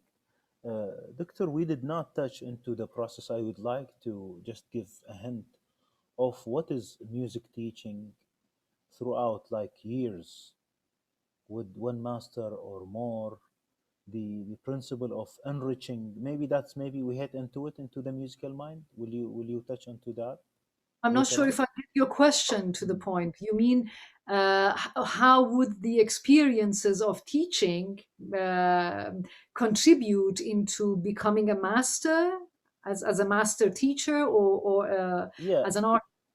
yeah. Basically, you said, for example, the approach of teaching the sheet music is not right. What is right, for example? Is it teaching through singing, teaching without instrument, and then with instrument? You mentioned listening. Maybe you hit into a possibility of contamination by bringing whatever you don't need into your own, and I then the personally, I can yeah, answer that as a mm, personal answer only. I yeah, can't please. prove that it's correct. Hmm. I can share my own opinion on that. I think all these things uh, are good in their own right. Mm, None of them is bad. Sheet music is not bad. Reading codes is not bad. What is bad is the wrong usage. mm, And I think a good teaching should always start with a goal, mm, and that goal should break down into short term ones, mm, and then with feedbacks of what we see lacking mm, on in sorry in these different three areas. Like one is the knowledge, mm, one is skills, and one would be musical mind. If you take these three as three um, sort of separate categories that we need to have it mm, in the back of our minds to mm, lead through a learning process. Um, at some point, I might encounter somebody who has the knowledge, knows the music very well, mhm, and has a musical mind at an active level, but the skills are lacking. mm, And I have had a lot of examples like that, that they need more guided, encouraging practicing mm, to be able to put something on the instrument that sounds nice. mm, So they already have the ideas. mm, Here is okay, but the connection with the up there, with the brain and the mind, is kind of not regulated. mm, So in that case, you have to work on the mechanics first and then connect the mechanics with the contents of the brain. It depends on what learner you have, at what level you have them, and then how you decide to plan for them. I personally would dream of finding a general method is not even enough. I mean, like a whole template, a whole path mm, that would cover a music learning process for everyone. But so far, I think it's more personal. mm.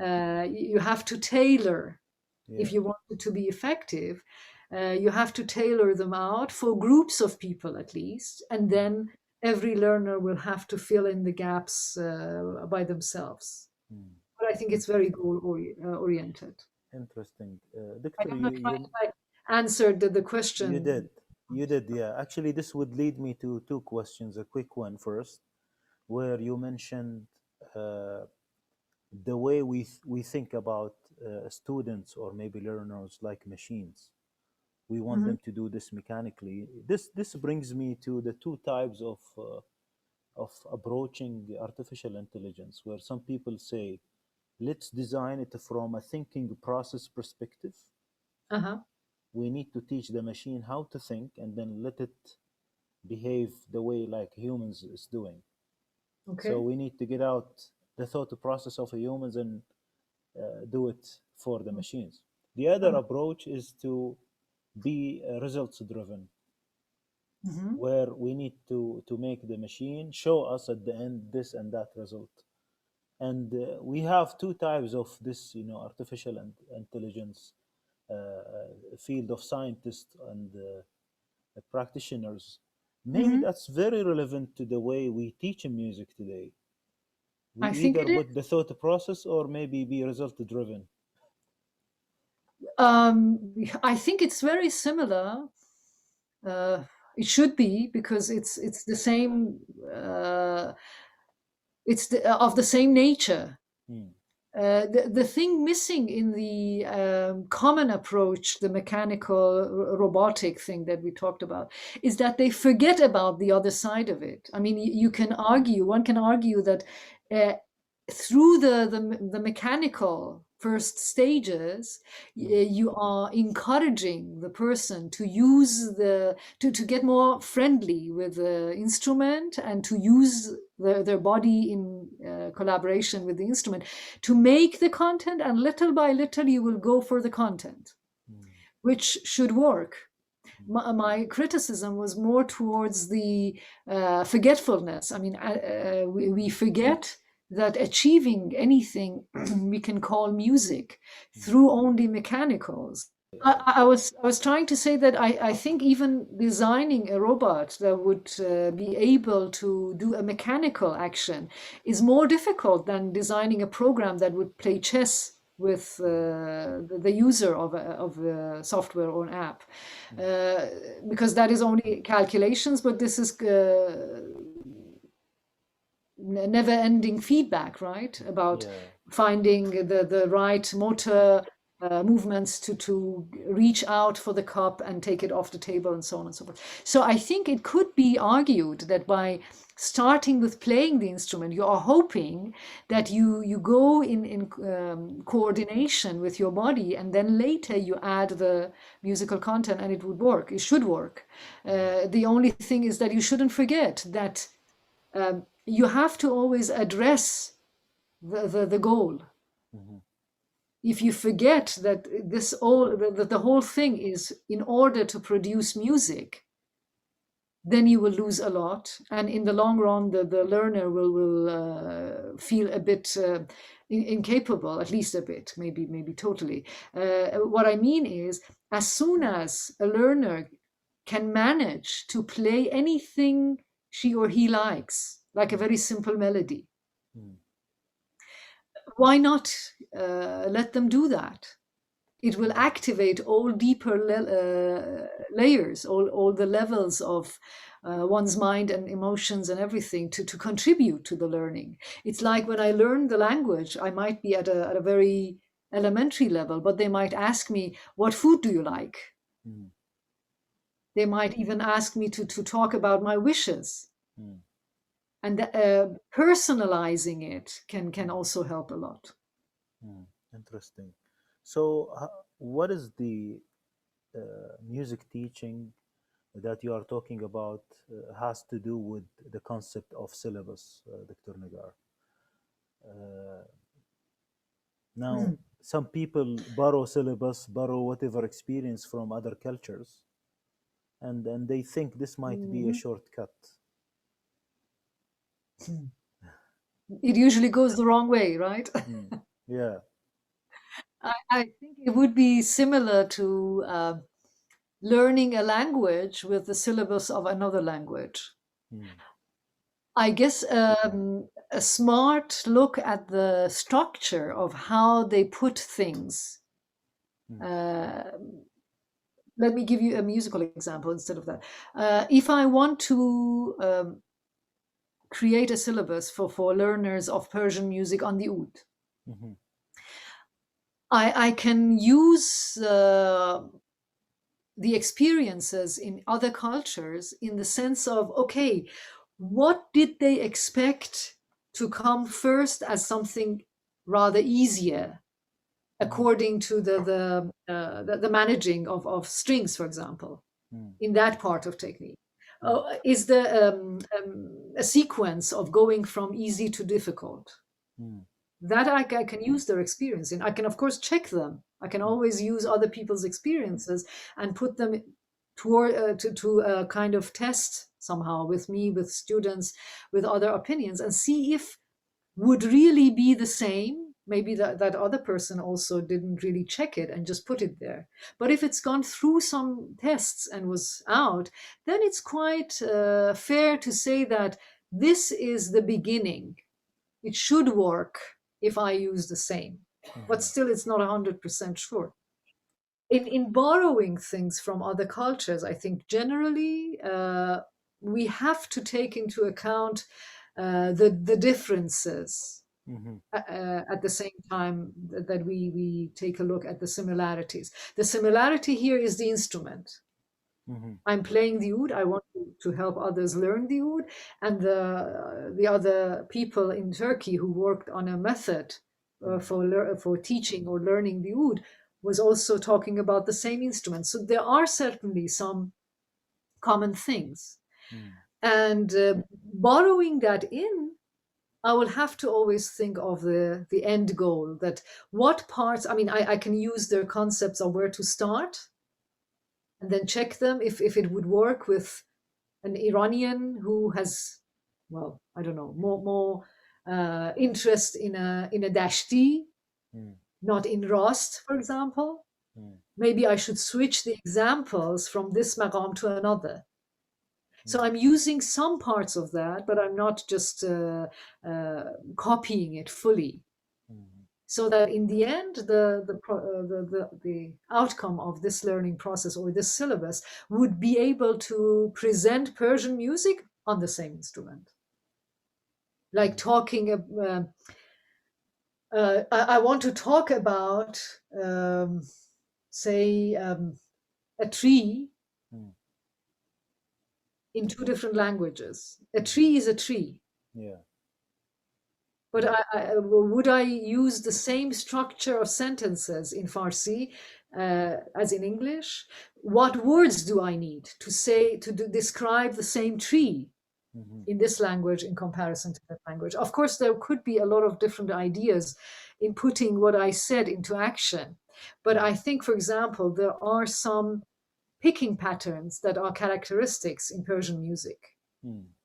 and they are not the same with the ones we hear in Turkish music, for example.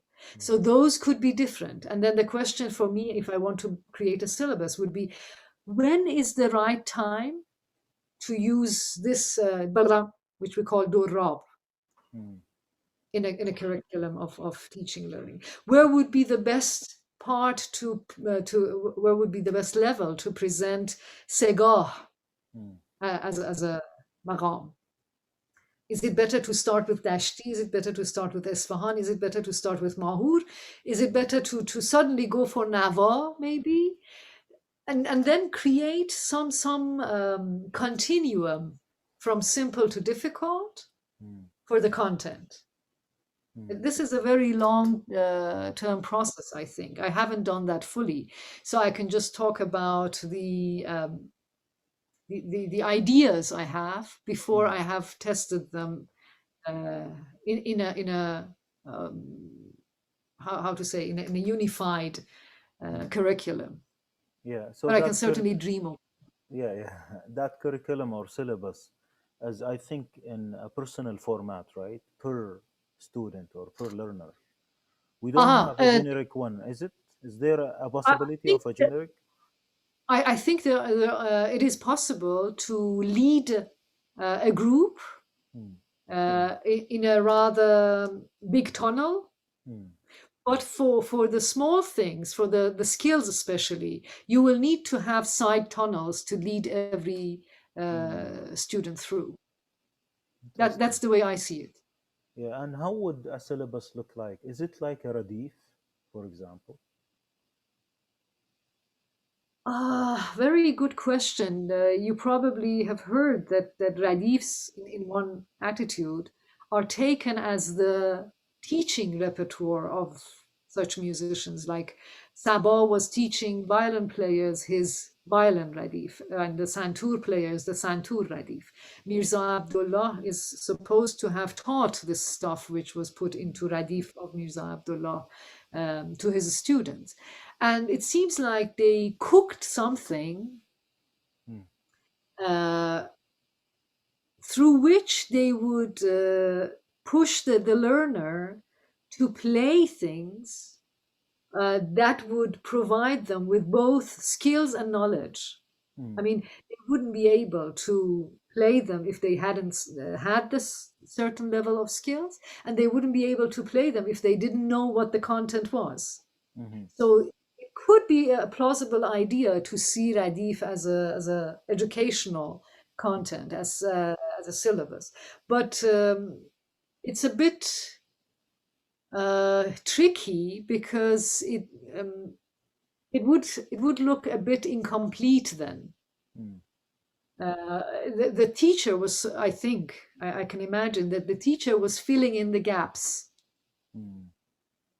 And I have tried to do that with the today's students, as if they're not the old times, to fill in the gaps with, for example, pop music. Not pop, but folklore music, for example. That they get a better perception or a more familiar sound space Mm. through simpler stuff before they can actually manage to play the right intervals for a maqam like Homayun or for Segar, Mm. because it's not there yet. They don't Mm. have it. So how can they reproduce it if they can't hear it? Yeah. And I think in the older times, teachers were filling in such gaps for every student in a direct or indirect way. But that's only my assumption. Mm. Now, discussing music teaching, comes the question of graduation or certification. How would that be seen? What is the criteria? You mentioned the feedback at some certain specific level where, for example, Ustad Mansour Nariman told you, okay, now this is good, or now you can go on the stage. But overall, what's graduation? What is certifying that this is now a musician in the music teaching process? This is a very difficult Yeah. question to answer. Again, of course, I would have to just share with you what I personally think. I Mm. think you have to put a musician in the contexts you expect them to function Mm. in real life. If you expect them to play a solo as a concert, you have to ask them to go on stage Mm. and play a solo like a concert, Mm. and then evaluate that. This means that we are breaking the question, or pushing the question a bit further away in the chart of evaluation. Then I'm Mm. sitting in the jury and I'm supposed to evaluate that person as a graduated person.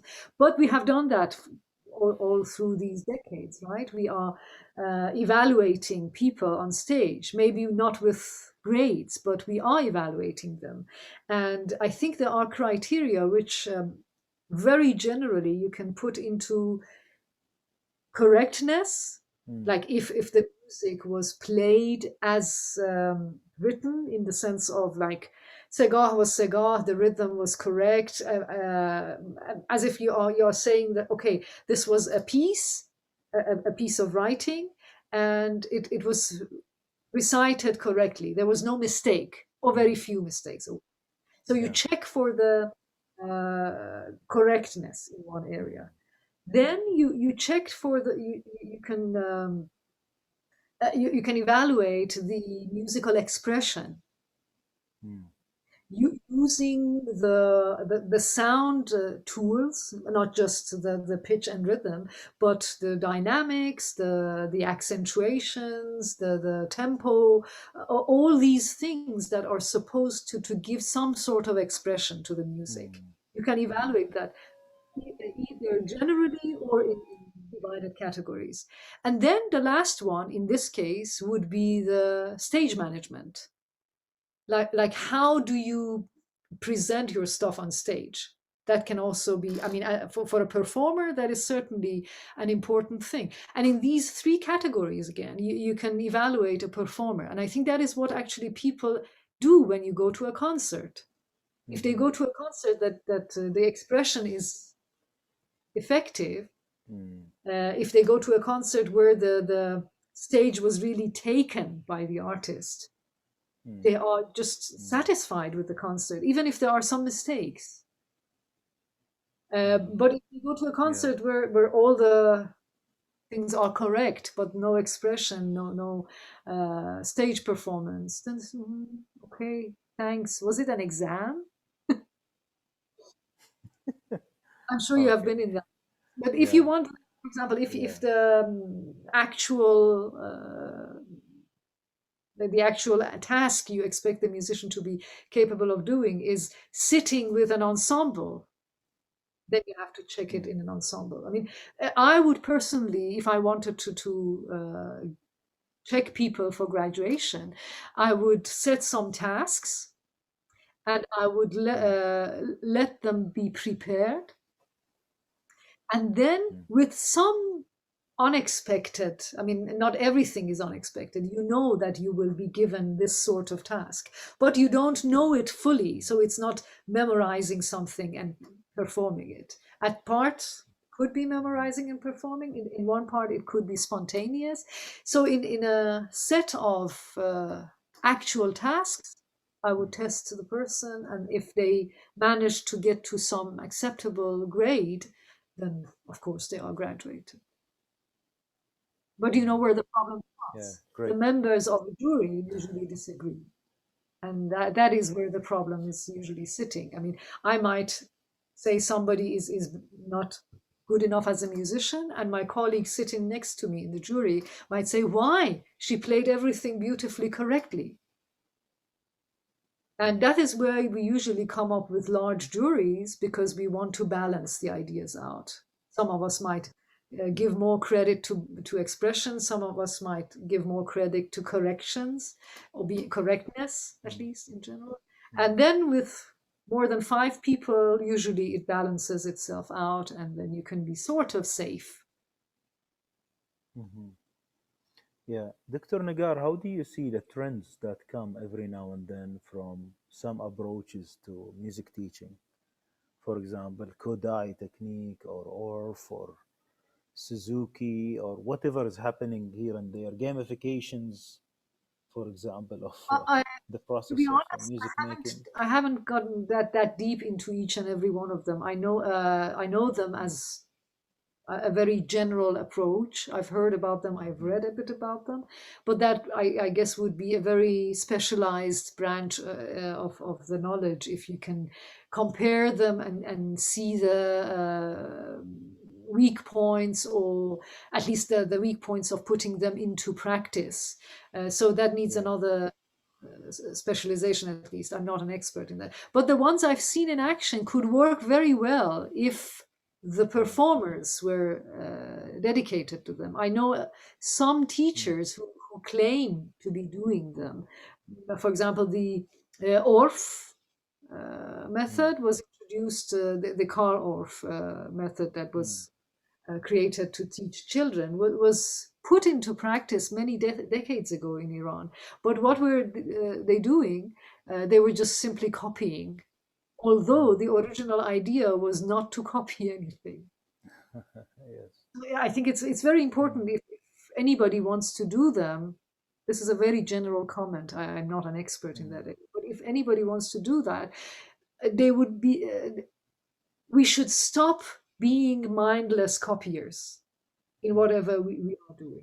That I'm sure of. mm, doing Radif or Suzuki. Doesn't make that much difference. We have to be actively thinking and checking what mm, we are doing in order to get to some destination.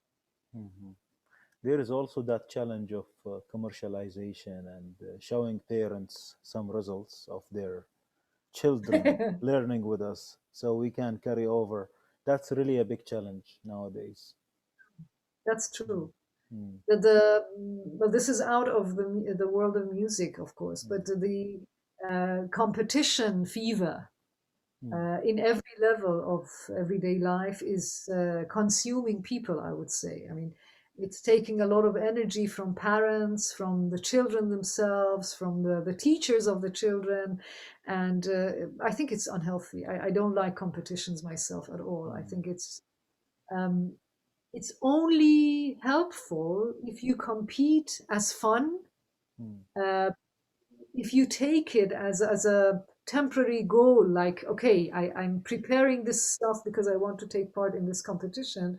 mm, And that deadline will actually help mm, to finish this work. Like if you want to present something to a festival, for example, mm, it's working like a deadline. In that case, okay, competition can be nice, but mm, if it becomes your general goal, I think it's very unhealthy. mm. At least it doesn't go Interesting. well with my system. Dr. Nagar, I'm enjoying the discussion actually. How about another piece of your work to Um, have a break with our viewers?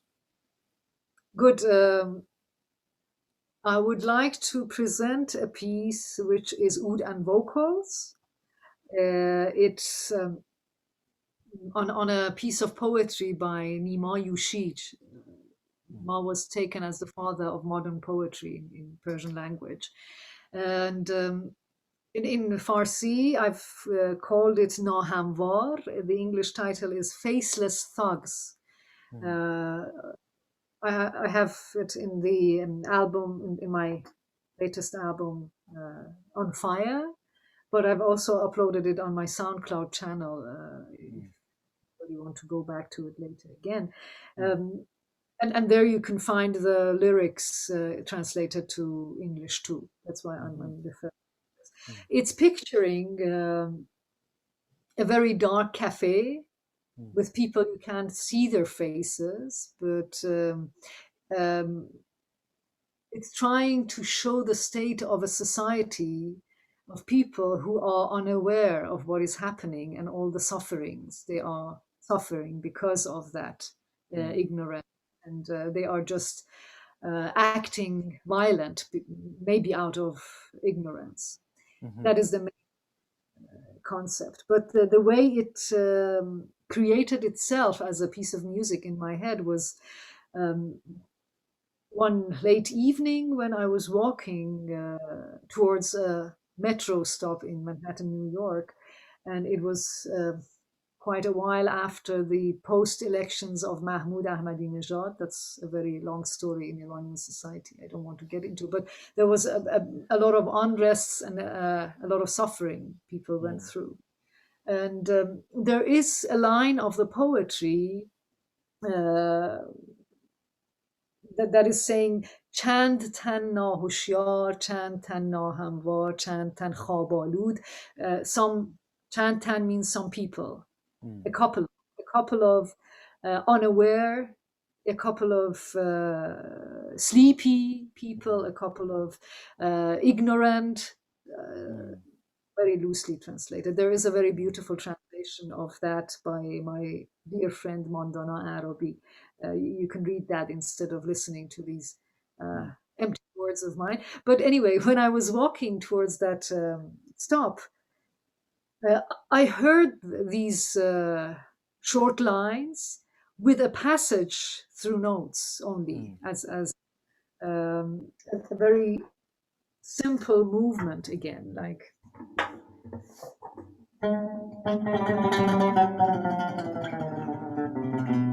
sort of like that. It sounds like a chromatic, like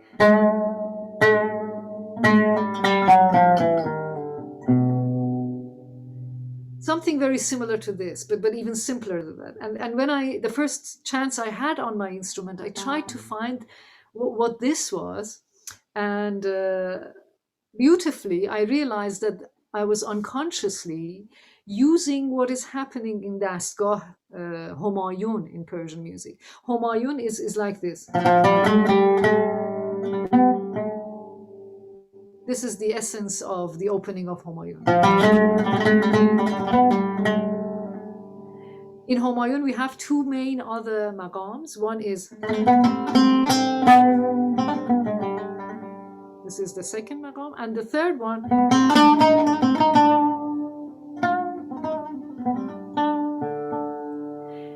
and I realized that in the melody making of that, I was basically using this as a passing note,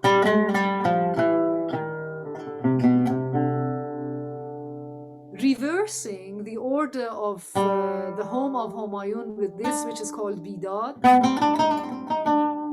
Up there, I was reversing it to fall down.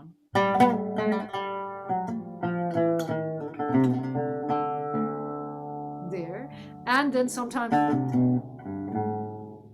taking it lower to the Homayun itself. I did that unconsciously, of course, but I think it really matched the concepts presented in the poetry too. Interesting. What's that piece name? Nahamvar in Persian, and Faceless Thugs in English. Okay, so we'll listen to it then.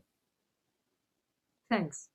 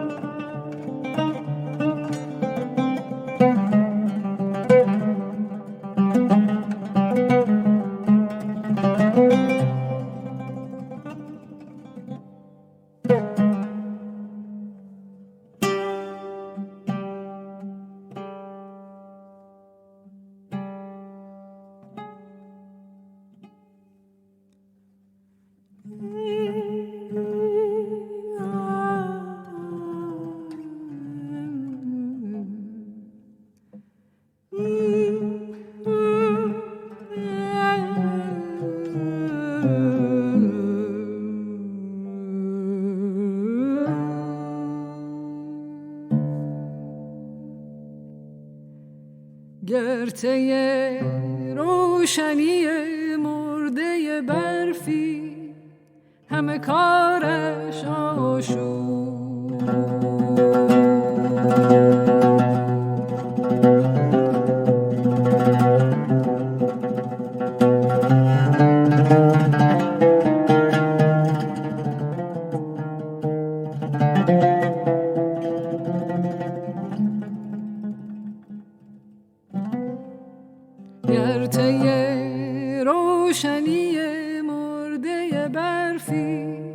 همه کار آشوب بر سر شیشه هر پنجره بگرفته قرار.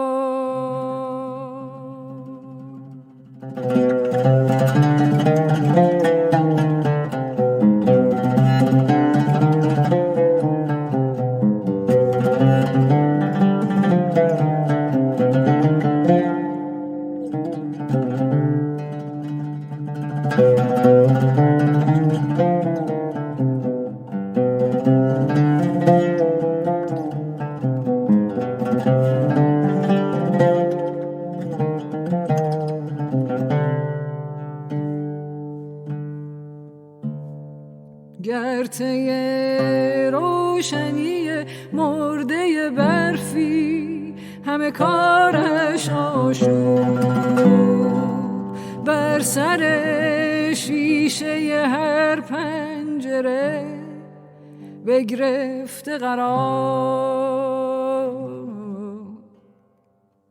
من دلم سخت گرفته است از این میهمان خانه مهمان کش.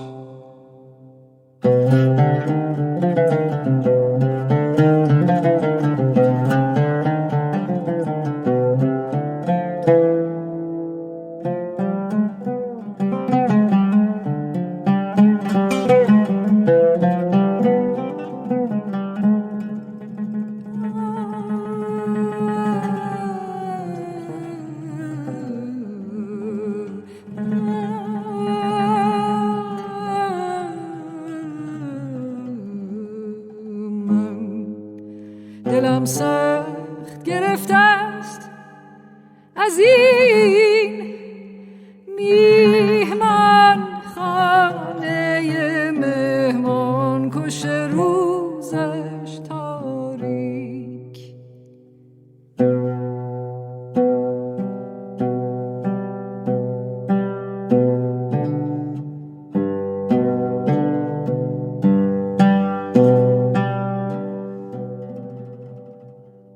که به جان هم نشناخته انداخته است. چند تن خواب آلود، چند تن ناهموار، چند تن ناهوشیار، چند تن خواب آلود، چند تن ناهموار، چند تن ناهوشیار.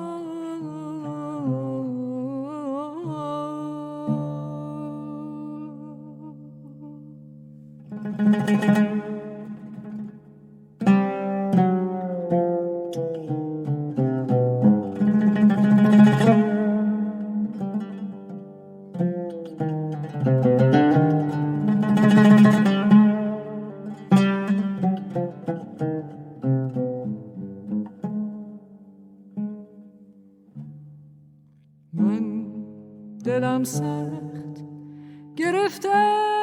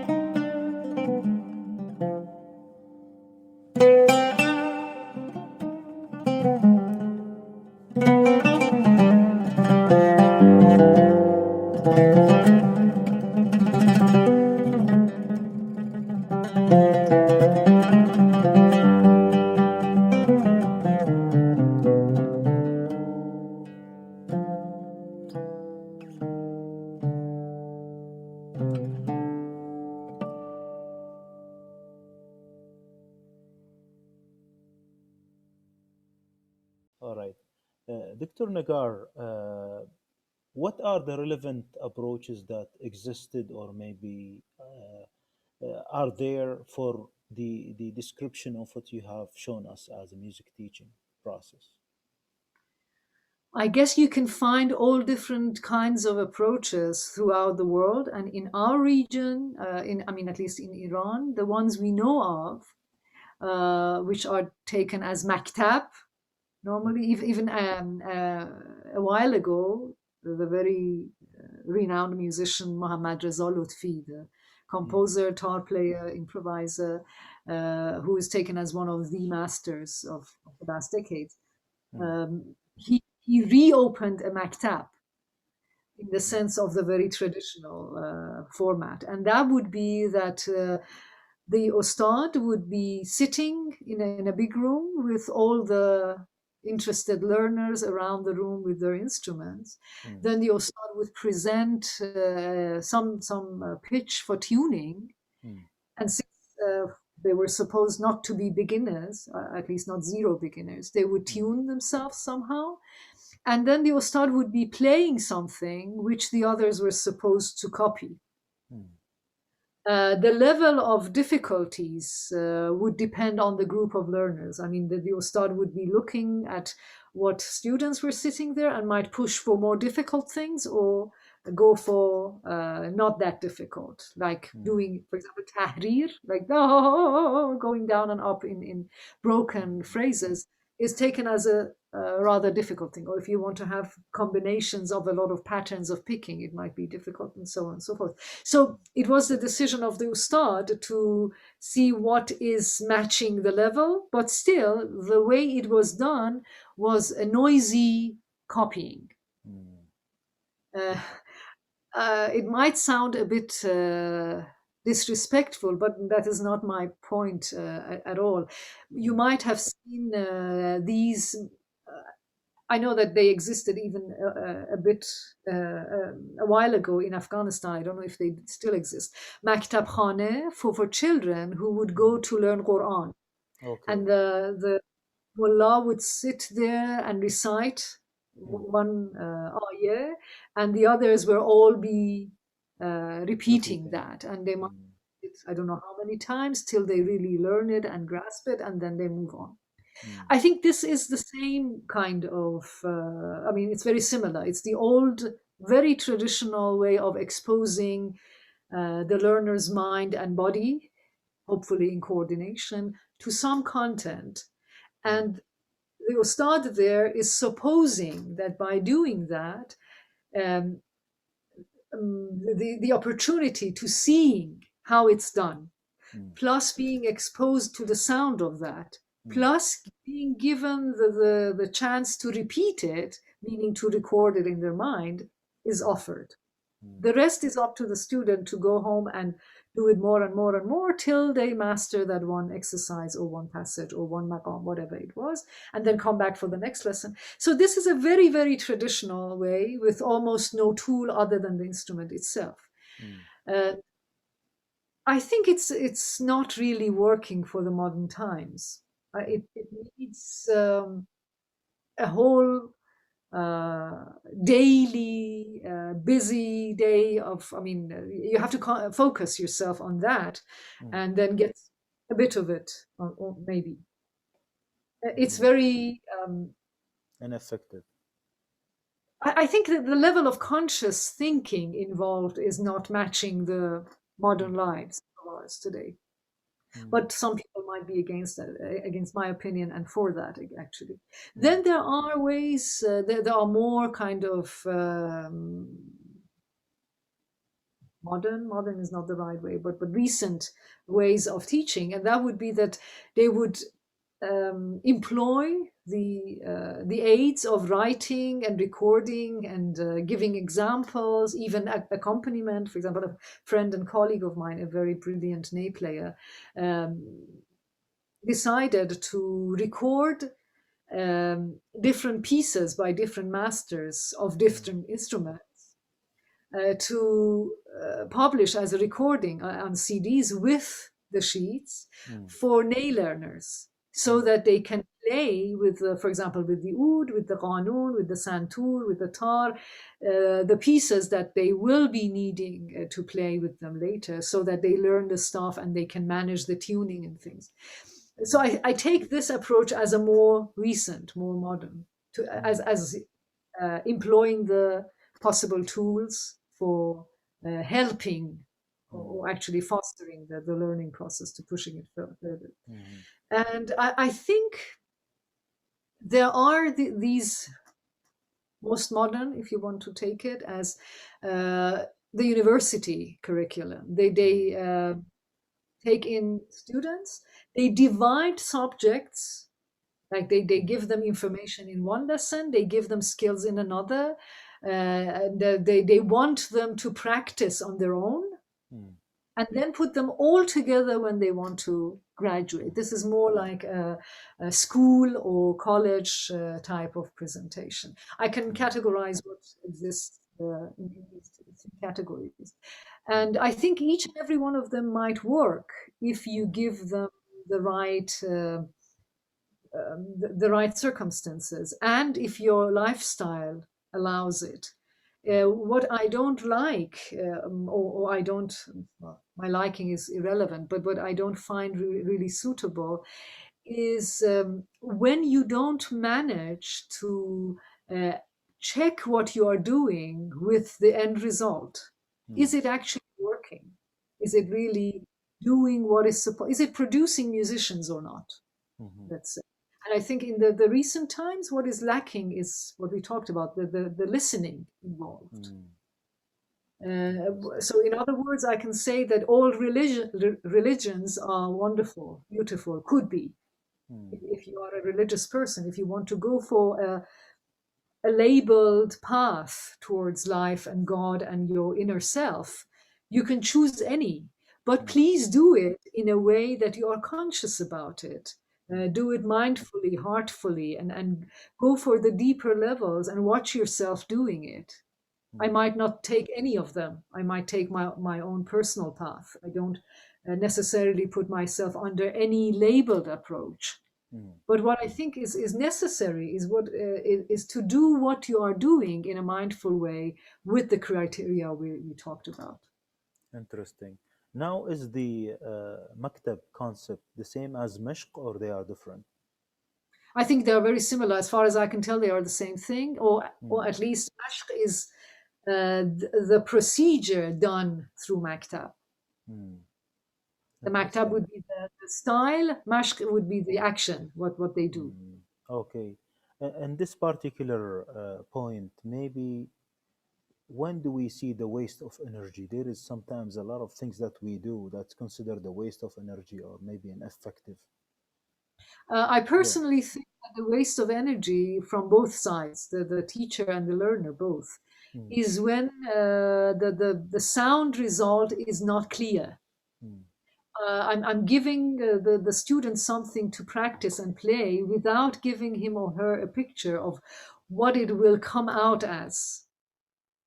What is it supposed to be used for? What kind of melody, for example, it is supposed to sound like? I'm giving the student something to play as a sheet music, for example, or something that I tell them that, look, this is how you do it.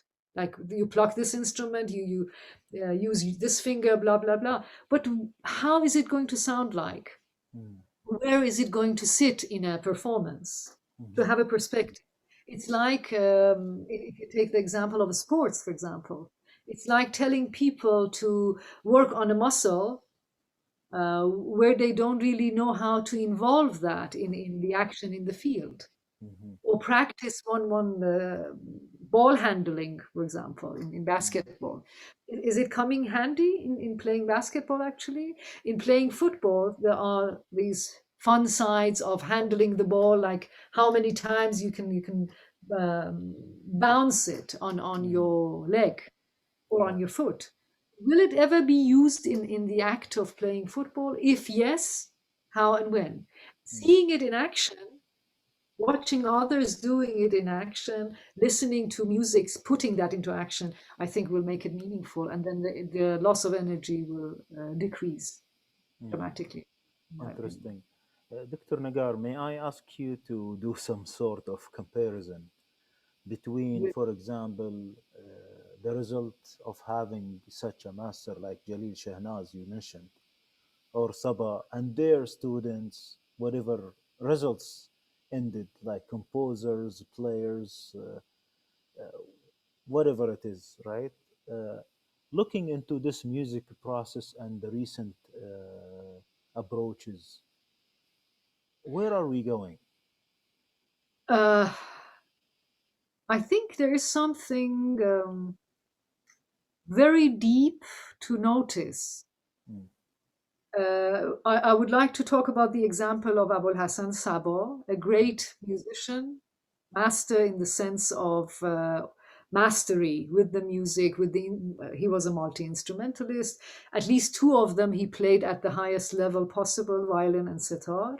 But he could also play santur at a very acceptable level. He played the ney, he played tombak. He knew, I mean, to a level he could teach actually. mm, What he was doing in his teaching, though, was based on inspiration. He would inspire the student first. mm, There is something in I've learned through language teaching myself, but it's a general thing in learning process, and that is what they call engagement stage. You engage people in something first mm, before presenting them with some piece of information or putting them through some task. You somehow engage them in something to draw their attention, to have their heart busy with it, or somehow get involved in the story. I think Sabo was doing that at a very high level. And he was, as far as we know, he was taking into account the personality of the people almost one by one. mm, Uh, it is said that he wrote his books for the students. I mean, when there was a student coming who wanted to learn uh, Dashti, mm, he might have composed a piece for him in Dashti. mm, He was also taking inspiration from this student. This is the two-sided mm, process of learning that I talked about in the beginning. Uh, he was living teaching. mm, He wasn't treating every student like the other one. Of course, in the old style of letting them play, he was writing notations for them. Of course, he was giving them sheets, but he was also working with them through the examples of even what sounds like what. mhm, I think you know the story of composing the piece of Samani in Segar, where he had told Ali Tajbidi, then he's a student, asking him, "What do you think this sounds like?" Opening and closing the door, which was making a meow, meow sound sort of thing, mm, and then asking him if what he had created on the violin with some sort of glissando on the intervals of Segar could have been inspired by that. I mm, think this is like the greatest lesson mm, you can give to a student, this itself, mm, to find the connection of this glissando with that sound of the door. mm, This is more like a whole uh, view of we are working with sound. mm, It's not a robotic approach. It's giving a more a wider perspective towards the thing. So I think if you take Sabah as a good example, he used all the possible tools. He noticed each and every one as students with their personalities and their talents to go for what, in what mm, direction, and they encouraged them all. mm. And the result was that the next generation of the highest rank of musicians, most of them were Sabah's students, at least at some time.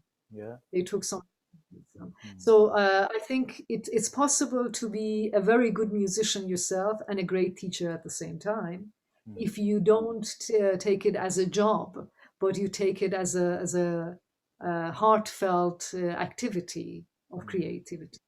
Interesting.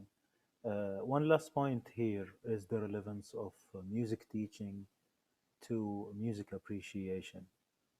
audience versus music learners. Can I be a bit short on that and merge it with the concept we said we would talk about, the musical mind? Sure.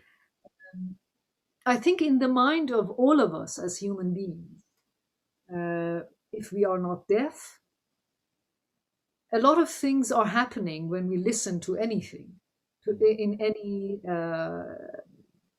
sounding surrounding, say. If we are in nature, if we are in a city, if we are listening to some piece of music, our perception is at work. How Mm, does it work? As far as I've tried to follow the recent research, uh, is that our brain and the whole perception, I mean, it's not just the ear, of course, the ear is just receiving and then it's perceived in the brain. We are perceiving some signals which come in time. Some of them happen at the same moment, some of them follow each other. Our brains are making some sense, some sort of senses out of the signal perceived. If I want to compare that with what happens with visuals, with our vision, is that we see something, but our perception, of course, understands different aspects of it. We can interpret some of the signal as color, mm, some part of the signal as shape, some part of the signal as texture, mm, like if it's rough or smooth. Some part of the signal we interpret as light. Is mm, this object in a light room or in a dark room? Or mm, you see, we are perceiving the signal through our eyes, and with a lot of learning throughout our lives, we can extract different information from it. Right? mm, Something similar happens to the sound signal. We perceive some sound, and out of it we understand different things. We understand uh, the probable source of the sound. We mm, guess, is it the mm, sound of a nightingale? Is it a motorbike passing? Is it somebody singing? So we somehow guess what this sound is coming from, or who is producing it. It could be a setar in comparison to a tar, mm, tambour to sitar. I mean, you can get closer. Is it a viola or is it a violin? But we are always processing that to say who or what object is producing the sound. Then we are, of course, perceiving the pitch. Is it mm, high? Is it low? Is it going higher? Is it going lower? Is it constant or is it broken? Is it the other thing we are perceiving, of course, with the sound is if it has a clear pitch or not. It is like mm, a no, or is it like a some sort of sound like that. mm, So that is also what we extract. And is it a percussion instrument would be sometimes related to that, or is it a melodic instrument? And then we perceive the timing at the same time. mm, We get what we call rhythm. mm. Yeah. Our brains are doing these things simultaneously almost. I mean, this is a fantastic Mm, show in the perception system, all these things happening, all these perceptions and understandings of the sound. mm, And what is the end result? We follow, or we are capable of following all these um, phenomenons. mm, We can follow all the time. We are checking, is it still the violin playing? Is the rhythm there? Is the percussion still there? Now the violin stopped and the sitar came in, for example, and then mm, what is the sitar using? Is it sharp? Is it smooth? All different colors, as if I take it, are coming in and going through time, mm, and our minds are following that. mm, I think the musical mind can very naturally be active if you don't disable it. mm, If you just keep noticing and following the sound signals, your brain will just go on following them and enjoying the happenings. Some of them might be boring and repetitive.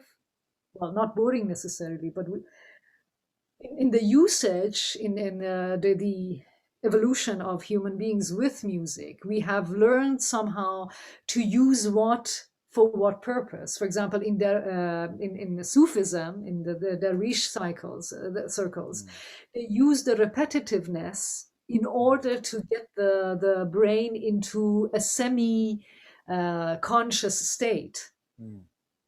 If you notice, they repeat Yeah. something deaf with a percussive, rather loud sound, and it takes you into a loop. And Yeah. with that, you let the body go into that state, and the rest will come. So it's not necessarily boring, but it has its qualities. So what I think is absolutely essential is that we don't stop the musical mind with shutting it down from activity. How do we shut it down? By either constantly giving it something, because our perception is somehow trained, or it's some, it has learned to compress in the language of digital world, if you want to take it. It has learned to compress data with ignoring the information that is not changing. So if I go through a same routine all the time, I'm teaching my brain to stop paying attention. Yeah. If I keep listening to, my body will get into some movement, but I won't listen anymore. So I'm shutting down the in the long run, of course. If I keep doing that for a long time, I'm teaching my perception to stop paying attention, to become insensitive. And we can, as music learners and the teachers in the shadow, we can actually bring in tasks to keep our brain and perception in the music sensitive, to play games with the sound perception. It can, of course, get to very practical things like rhythm perception, like a rhythmic pattern should be played and perceived and changed and then again back. I mean, you can synchronize it with, this has been done before, actually. It's not my invention, that you can present a rhythm and then do body movements with it and then change it a bit to perceive it well. The end game, I mean, it's not the game that you play that's important. The result of the game should be having your musical mind active. And here comes the end conclusion. In order to perceive what is happening in sound with a sense of expectation. What I usually suggest to the students to play is, whatever you are listening to as a game, pause for a moment and ask yourself, what is coming next? Out of an infinite varieties, can you guess what will come? Will it be the same instrument coming? Will it be the same beat heard? Will it be the same melodic instrument? Will it be a sequence of the melody coming? I tell the students to try to make a pause in between whatever they are listening to. It could be a very silly pop song. It doesn't matter. Silly in the sense of there's not much surprise, I mean. But make a pause and ask yourself, can I guess what's coming next? In all these different channels of perception, in the rhythm, in the instruments, in the words, in the melody, sequence, whatever. Is there something coming which is exactly the same, a repetition of the one before? Will it be a surprise? And then play it, take it out of pause and compare. By this, you can somehow train the imagination of what might come next. And then for those who play the instrument rather comfortably, what I suggest is play one note, whatever, an open string note, the tonic of a scale or whatever, and listen to it fully. Hear the birth of the sound till it dies away. And then during listening, try to imagine what sound should come next. Interesting. First imagine, then play it if you can. Usually the connection is already broken. Mm. But how come when I speak, I am somehow semi-imagining what I'm saying next? If I don't imagine what I'm going to say, how am I going to finish my sentence? Mhm. Of course, I need a lot of training with the language. I need the grammar. I need the words to put in, blah, blah. But Mm. even as a baby who starts talking, you don't expect them to first learn grammar to be able to express one simple sentence. Mhm. You expect them actually to talk their minds and hearts Mhm. in some simple way. So what I usually suggest is just play one note, say, and listen to, okay, what should come next? The same thing? Usually they take refuge to the same note in the Mm. beginning. Then I say, Mm. okay, then take care of the timing. Play it as many times as you like in the timing you think is necessary till you have enough. Mhm. But this will all bring attention towards the musical mind and will give the spotlight to the mind that is working behind the sound Mm. instead of only on the mechanics of Mm. doing it. Interesting. And the musical mind training and all what like components are needed for that musical mind is in the hands maybe of the learner and his invisible teacher. Not sure if there are other ways to do it. Yeah, could be safe to say that. I mean, Mm. it's like competence in language. Mm. At least in Chomsky mindset, every human being is born with competence in Mm. language. I Yeah. think every human being is also born with music competence. You have to put it into action. Of course, there are better ones and worse ones, but everybody has some competence and you have to develop it. Mm. And I really doubt if what they call musical talent is only talent in the sense of it's given by birth or by genes or whatever. I think that it should have a lot to do with early years of childhood, Mm. providing the person with enough stimulation to stay sensitive to sound. Mm. I guess so. I can't Yeah. really prove it, but I think it should be like that. You reminded me of a saying by Bertrand Russell where he said, "We are all born smart. School make us stupid." Could be, yeah, yeah. So we as Yeah. teachers, if we're not teachers, we have to be Yeah. taking the same. Or at least we Yeah. have to be careful to have little shares in that stupid making process. Now, with this approach, I would guess that we would have like greater musicians, those who are mindful and having like a musical mind to Hopefully. survive in the world of music and deep waters. Yeah, hopefully. So in the end, it's a fairy tale. We will live Yeah. happy after them. I Dr. think it Nagar, should be more meaningful. I think yes. if we don't get better musicians, Mm. uh, at least we will make sure that the learners will enjoy a more meaningful task of Mm. whatever they are doing. Interesting. Dr. Nagar, I really enjoyed this conversation again. And Thanks a lot. we would need to conclude with one of the new pieces that you have created. Okay, there is a very recent one. I recorded it last week. Uh, it's the production of my musical mind being inspired, or actually around a composition by Farhad Fakhreddini. Farhad Fakhreddini is a composer and a conductor, still living from the previous generation. I like his work a lot.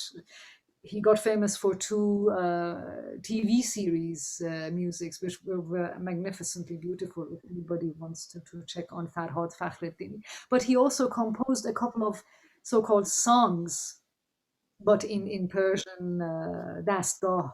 system.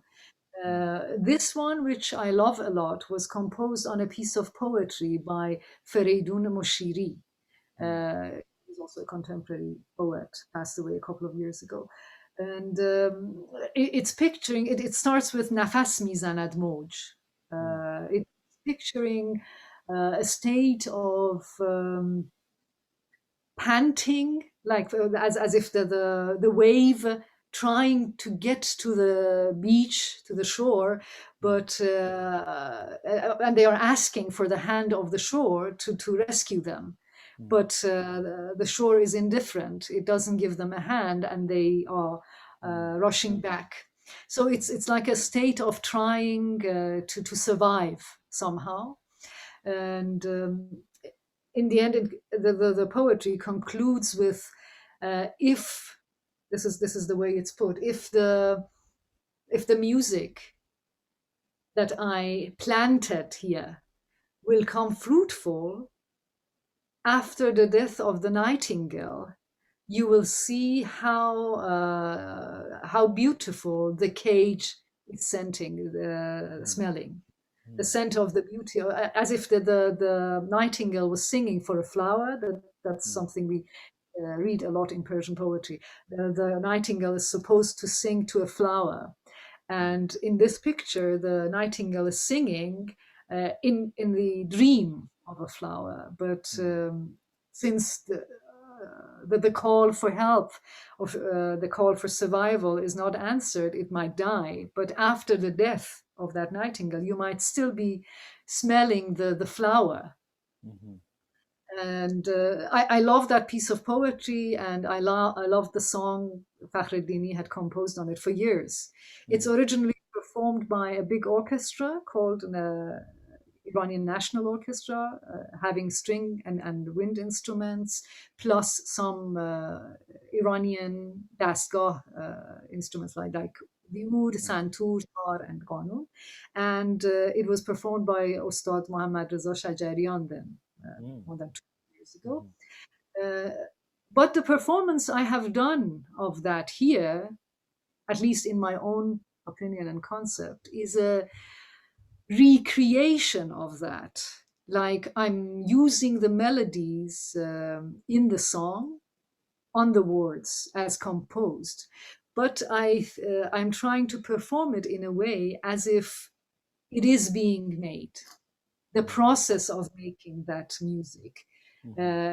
I'm doing it as a solo oud and vocals, and I'm trying to use the instrument with all the techniques that I know on the instrument in a way that could picture the space that this piece is trying to create. I hope everybody can somehow enjoy it. It's quite a long performance, though. It's more than 20 minutes. Great. We'll enjoy it and really see how that is rendered compared to the orchestra. That's very interesting. Yeah, that would be quite a difficult challenge for me. But I enjoy the creation, the recreation. You might also hate it. It's fine. We'll enjoy it for sure.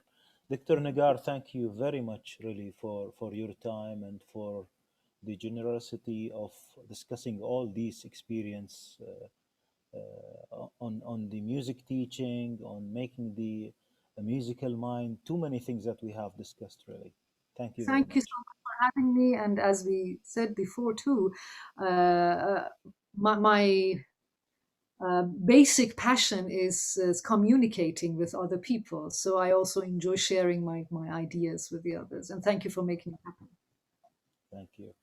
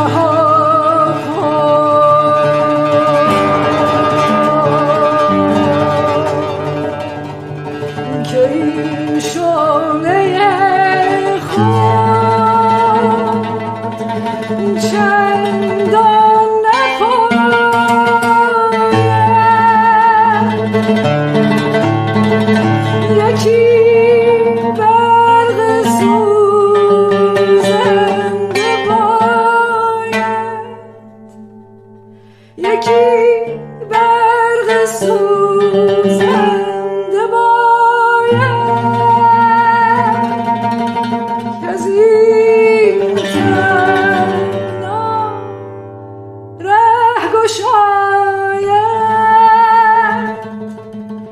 کران تا کران خواخس میزند موج.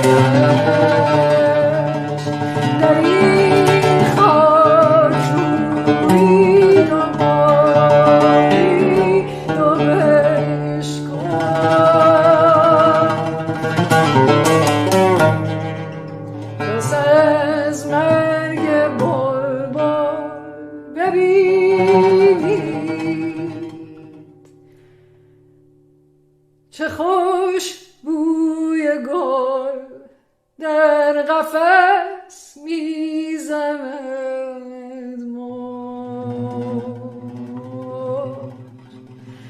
پس از مرگ بلبل ببینید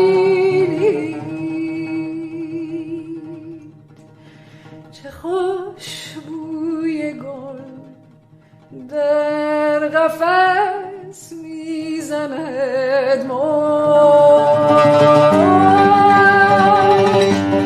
چه خوش بوی گل